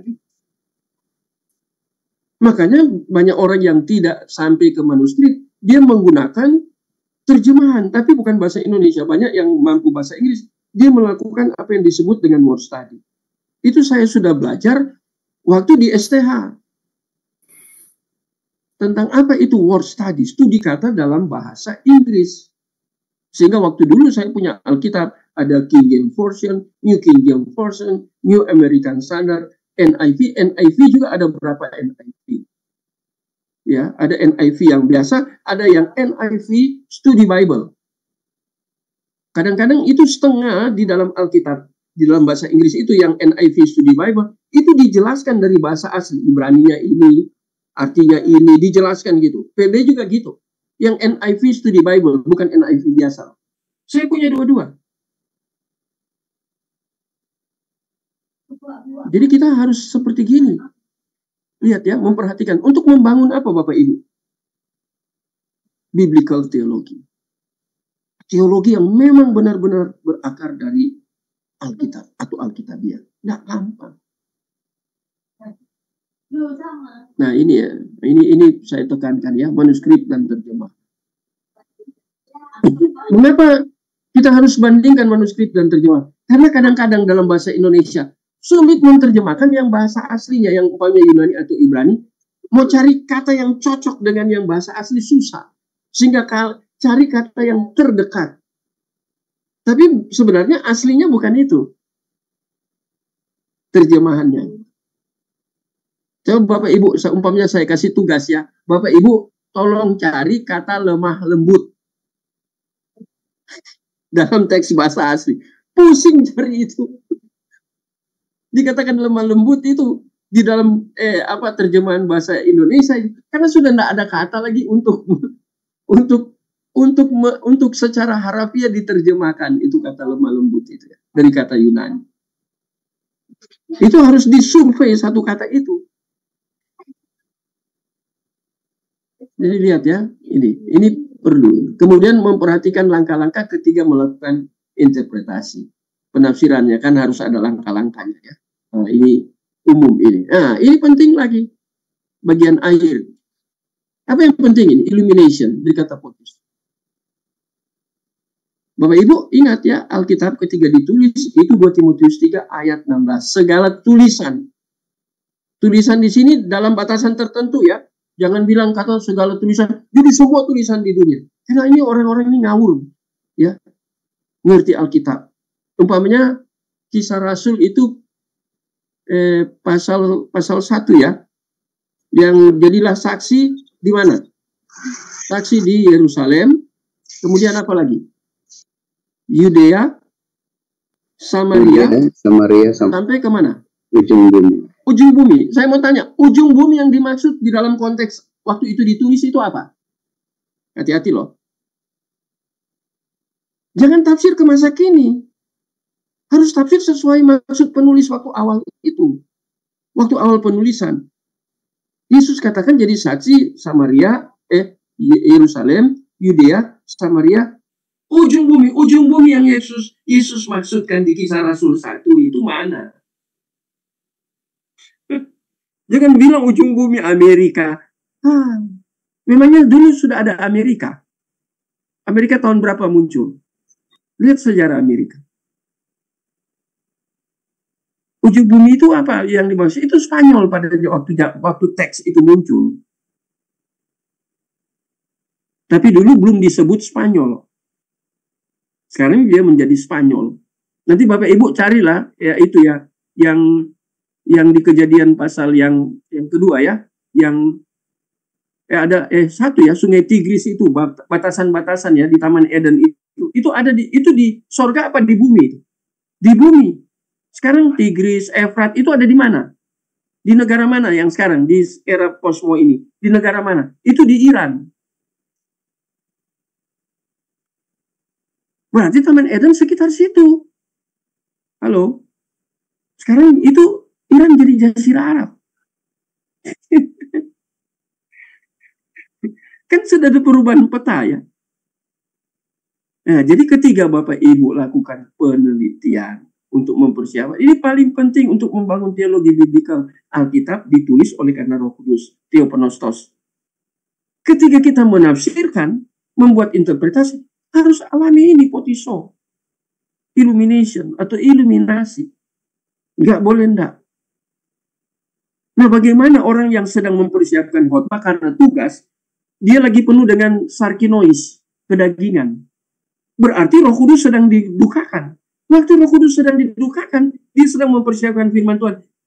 Karena tugas, karena jadwal, padahal dia lagi mendukakan Roh Kudus. Kira-kira Roh Kudus beri iluminasi ke dia enggak? Enggak. Yang jalan itu sarkinoisnya. Dia tetap baca Alkitab. Sekarang dia mau interpretasi, penelitian Alkitab. Karena dia sedang mendukakan Roh Kudus tidak kerja. Yang kerja itu apa? Sarkinoisnya, daging. Bayangkan dia sedang siapkan Alkitab, firman Tuhan. Bahaya banget. Jadi lihat ya, membangun teologi biblikal tidak gampang, tidak mudah. Halo Bapak Ibu. Ya, seringkali orang menganggap itu mudah. Oh, gampang kok Alkitab sudah. Baca aja. Diteliti nggak? Hanya dibaca. Bapak Ibu bisa tambah ya. Ini saya memberikan deskriptif ya, gambaran. Itu orientasi dari teologi biblikal. Sudah lengkap? Sekarang saya melangkah ke berikut ya. Ini hanya 6 menit mungkin tidak sampai. Nah, hakikat teologi biblikal.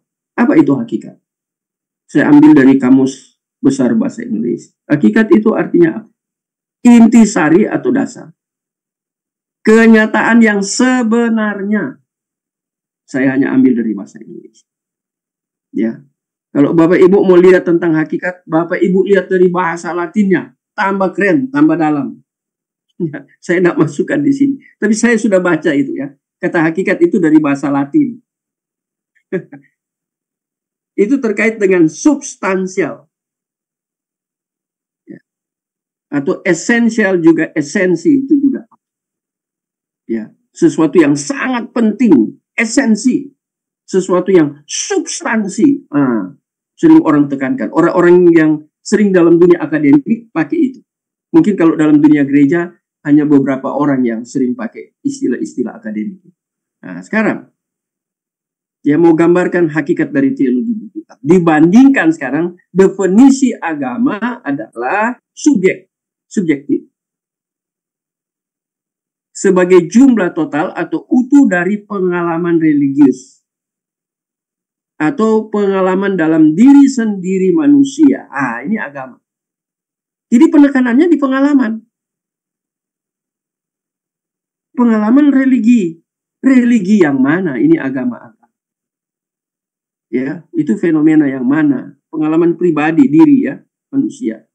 Maka hal ini termasuk ke dalam bagian dari ilmu antropologi. Ya, artinya berpusat kepada manusia. Karena pengalaman manusia yang berhubungan dengan manusia, bukan dengan Tuhan.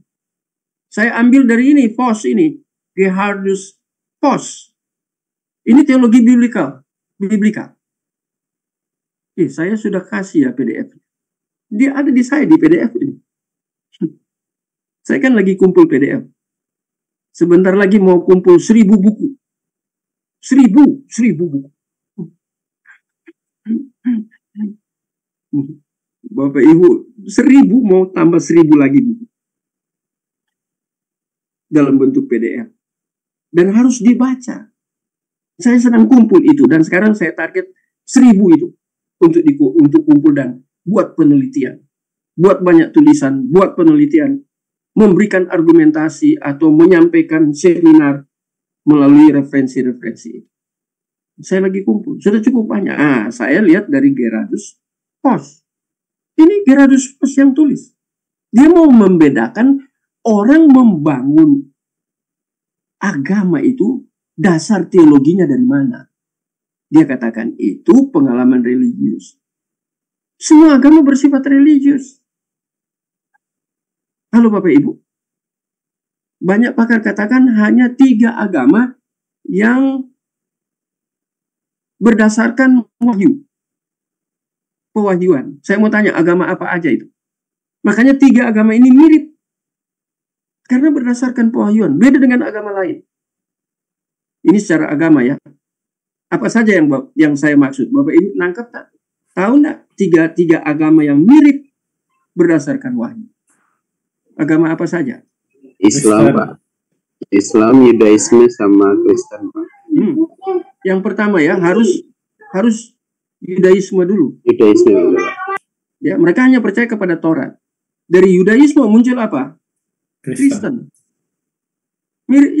Kita PLPB kan kita terima dua-dua. Nah, ini si polemikus yang mengerikan ini, dia bilang, oh orang Kristen ini kok ambil yang orang Yahudi punya.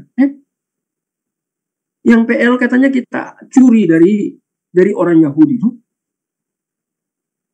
Ini si Don Ditan itu ngomong seperti itu waktu perdebatan. Saya kan hadir di hotel. Dia ngomong seperti itu. Dalam hati saya ini, kamu bodoh, kamu masuk YouTube, kamu mau hina orang Kristen, kamu bilang orang Kristen curi Alkitabnya orang Yahudi, kitabnya orang Yahudi, yaitu Taurat. Orang Kristen curi. Loh? Yesus di PB bicara Taurat. Taurat itu untuk menggenapi tentang, Yesus itu datang untuk menggenapi yang di Taurat. Jadi kan hubungan dengan Taurat. Rasul-rasul banyak mengutip dari Taurat, dari PL. Banyak. Bodoh banget di Don Ditan. Jadi dia bilang kita curi. Dia mau menghina kita. Dalam hati saya parah. Nih, padahal yang berdasarkan religius yang nggak jelas itu sebenarnya itu ilmu antropologi berpusat kepada manusia. Karena kan pengalaman. Agama mereka dibangun berdasarkan pengalaman. Saya mau tanya, agama Kristen sekarang dibangun berdasarkan pengalaman atau tidak?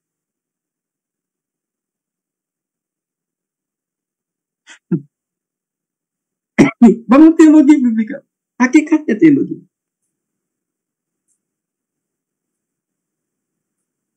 Kan mereka ini pengalamannya religius.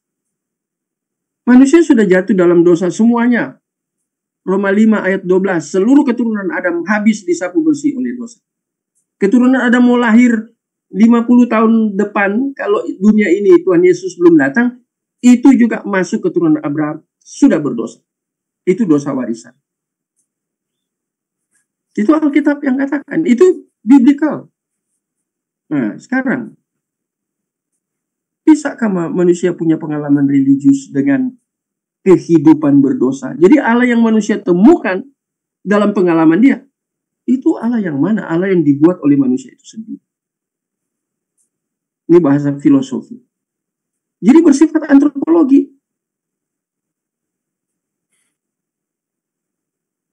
Nah, agama wahyu tadi yang saya katakan 3 ini, setelah Kristen 600 tahun kemudian muncullah agama Muslim. Tapi herannya di dalam kitab Al-Quran, nabi mereka sama banyak yang seperti nabi kita. Termasuk mereka tulis tentang Isa dalam Al-Quran. Tapi yang jadi pertanyaan, apakah Isa dalam Al-Quran sama dengan Isa dalam Al-Quran? Beda. Kita Ibrahim, mereka Ibrahim. Musa itu dibilang nabi. Di kita kan Musa bukan nabi. Semua dihantam nabi. Jadi lucu. Ya. Kita agama berdasarkan wahyu, Theopneustos. Kita bisa Theopneustos karena Allah mencari manusia. Inisiatif Allah. Ini dari bawah cari Allah. Semua agama. Ya. Ketiga agama diartikan secara objektif, tadi subjektif, sebagai agama normal dan wajib bagi manusia karena ditetapkan oleh Tuhan. Ini ditulis oleh Gerhardus Voss. Agama yang normal dan wajib, ya, manusia, bagi manusia karena ditetapkan oleh Tuhan. Saya mau tanya, Yesus pernah datang untuk mendirikan agama? Yesus sudah pernah datang. Waktu dia datang, dirikan agama nggak? Tidak. Jadi Kristen itu dari mana? Baca bukunya W.A. Fine itu ya. Itu buku tebal. Itu Ibrani Inggris, Yunani Inggris, W.A. Fine. Itu expository di situ. Bagus sekali bukunya. Dia menulis tentang etimologi. Apa itu Kristen secara ilmu asal-usul kata. Itu Fine yang tulis. Nah, dia tuliskan itu, kemudian dia jelaskan secara historical. Dari mana itu Kristen muncul? Dalam bahasa Inggris ya. Itu bagus Bapak Ibu. Buku itu saya punya. Tapi ada ketika satu STT baru didirikan, mereka mau disurvei dari tim dari Jakarta, mereka pinjam buku-buku saya. Yang tebal-tebal, yang satu set juga. Saya bawa supaya mereka bisa diakreditasi. Jadi BANPT kan memeriksa. STT kan salah satu syarat untuk diakreditasi bukunya harus ada. Nah, saya bawa buku-bukunya. Ya, tidak dikembalikan. Termasuk tuh Fine. Mahal bukunya. Hampir 700.000. Sekarang mungkin sudah 800. Satu buku. Tebal memang. Ibrani Inggris, Yunani Inggris. Nah, saya selidiki tentang Kristen itu dari situ. Jadi saya sudah tahu, saya sudah buat catatan. Dari Kristen itu saya sudah pernah tulis ini. Ya. Jadi ini buat beda. Ya. Jadi lihat nih, Gerhardus Voss ini. Dia menulis tentang teologi biblikal. Ya, itu bahasa Inggris aslinya buku itu. Tapi ketika Bapak Ibu beli PDF-nya, itu semua PDF sudah bahasa Indonesia. Sudah gampang Bapak Ibu. Jadi usahakan banyak beli PDF. Dan saya mau bocorkan ya. PDF itu kalau yang buku-buku bagus ini berapa ratus halaman. Hampir 1000 kalau tidak salah. Gerhardus Voss ini hampir 1000 halaman. Sekitar 800 atau 900. Ini memang teologi biblikal. Begitu dalam, begitu luas. Yang saya beri ini dasar-dasarnya hanya ujung kuku. Kita harus menggali sendiri. Kan terbatas kita belajar kan. Kita harus menggali. Ya baca buku-buku seperti ini. Bapak Ibu PDF-nya yang sudah bahasa Indonesia. Kalau di bawah 500 halaman itu harganya 20.000. Kalau di atas 500 mau sampai ribuan itu harganya 25.000. Kalau Bapak Ibu beli bentuk fisiknya bisa jutaan. Bentuk fisik seperti saya beli buku itu jutaan. Yang saya bilang buku saya yang saya beli Ibrani Yunani itu harganya 4.900.000 lebih. Makanya mahasiswa saya itu yang diberkati Tuhan, dia kasih uang 5 juta ke saya. Langsung saya beli. Sorenya saya pergi beli. Jadi kalau beli bentuk fisik kan mahal. Saya lagi ditawarkan 1.000 buku. Kalau Bapak Ibu mau nimbrung dengan saya, ayo kita ya saya pakai bahasa Indonesia ya. bahasa Jawa ya, urunan. Urunan itu Pak Erwin kira-kira tahu urunan itu ya. Kita sama-sama kumpul uang berapapun untuk terima 1000 buku. Kita buat satu tim. Nanti kemudian setelah dapat itu 1000 buku dibagi ke Bapak Ibu. Saya sudah tanya orangnya, bisa 1000 buku mau taruh di mana, di apa? Laptop, hang laptopnya. Atas nama Elaina paket. Ma, Elaina. Ini aja. Gratis sudah bayar. Maaf, ada orang datang. Thank you, Mas. Jadi Bapak Ibu mau beli buku itu supaya miliki. Nanti saya kirim 1000 semua. Cuman karena itu begitu besar, itu kalau 1000 buku, makin banyak dibeli, makin murah. Itu karena 1000, satu buku dihitung 30.000. Jadi itu harus bayar 3 juta. Makanya karena besar, kita urunan. Ada Pak Cucun, mungkin Pak Cucun ada malam ini, ayo kita urunan supaya kita punya tuh 1000. Kalau kita punya buku-buku itu, nanti Pak Erwin jadi guru besar bisa. Teman-teman ini kalau sudah punya 1000 itu satu perpustakaan bisa. Halo? Asal Bapak Ibu jangan cuman ada di ini ya. Bapak Ibu harus belajar. Kalau saya dapat buku gitu, ini saya sudah pelajari semua. Baca terus tidak berhenti. Karena 1000 buku nih.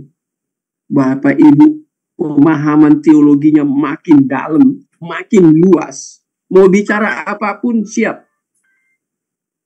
Halo? Saya minta kelompok kita ini, ayo kita sama-sama. Supaya nanti kalau mau beli itu, nanti 2 caranya. Kalau kita tidak punya karena laptop terbatas, apalagi kalau dia kirim di HP, saya sudah dikirim lewat HP banyak sekali bukunya. Saya sudah pindahkan ke hard disk eksternal. Karena saya dikasih orang dulu eksternal yang 1 tera. Jadi besar sekali kan. Udah semua saya masukkan. Nah 1000 pun saya akan masukkan.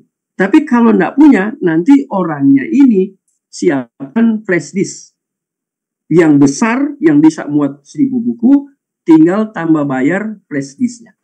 Ongkos kirim gratis. Karena saya sudah banyak ambil buku dari dia. Ya, kalau Bapak Ibu mau, Bapak Ibu hubungi saya aja. Ya, Pak, siap. Kita kumpul uangnya, kemudian kita bagikan supaya kita memang menjadi, saya mau kelompok kita ini menjadi orang-orang yang pembelajarnya militan. Makanya saya tulis militan. Supaya enggak gampangan gitu. Memang kualitasnya. Nanti lihat ya. Saya rindu di kelompok kita yang belajar ini banyak yang jadi dosen. Amin. Dosen teologi. Saya rindu dan saya berdoa. Karena kita sudah belajar yang susah-susah. Oke. Wah, sudah jam 8 lebih ya. Jadi lihat ya, saya ambil dari Gerald Voss. Nah, bagaimana di dalam perspektif biblical perihal hakikat dari Allah. Tadi saya sudah singgung yang Kristen itu ya. Itu kan dari sindiran. Kristen artinya pengikut Kristus. Itu sindiran. Kristen pertama tidak di Yerusalem. Disebut Kristen itu di mana Bapak Ibu? Antioquia. Nah, yang jadi pertanyaan, kenapa tidak di Yerusalem? Mengapa harus di Antioquia? Oh, itu menarik. Itu kajian teologis yang punya dasar Alkitabiah yang kuat sekali. Kalau kita bisa tahu mengapa kekristenan muncul di Antioquia, tidak di Yerusalem. Padahal Yerusalem itu kan, Yerusalem itu rumah roti. Siapa itu roti? Yesus katakan, akulah roti hidup. Wah, itu menarik. Bukannya Bethlehem, Pak, rumah roti. Bagaimana, Pak? Yang rumah roti itu kan Bethlehem. Kresek-kresek ya hari ini, kresek-kresek. Rumah roti itu bukannya Bethlehem, Pak. Bethlehem Iya, itu roti hidup itu ya, itu roti hidup. Yerusalem, ya. Nanti saya kirimlah di grup ya. Satu kata umpamanya Yerusalem, dari kata apa itu. Kemudian dijelaskan. ilmu asal usul kata, karena saya kan punya banyak buku-buku seperti itu. Jadi tinggal gampang, ya. Oke, hari malam ini saya pikir cukup ya. Kita tinggal berapa kali ketemu ya? 2 kali lagi ya? 9 kali jadi 2 kali. 2 kali bertemu ya.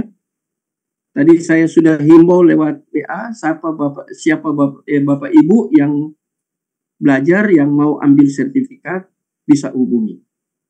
Nanti kemudian sertifikatnya diberi. Kedengaran ya, yang saya ngomong jelas kira-kira? Jelas, Pak. Oke, karena sertifikat ini bisa berguna. Kalau mau studi lanjut, itu bisa dihitung karena masuk dalam kurikulum merdeka. Itu sertifikat itu bisa berguna. Ya. Jadi oke, kita akan tutup. Dan saya mohon dengan hormat Bapak Yeonus Eka. Bapak ini ya, atau masih muda? Mari tolong tutup dalam doa. Silakan.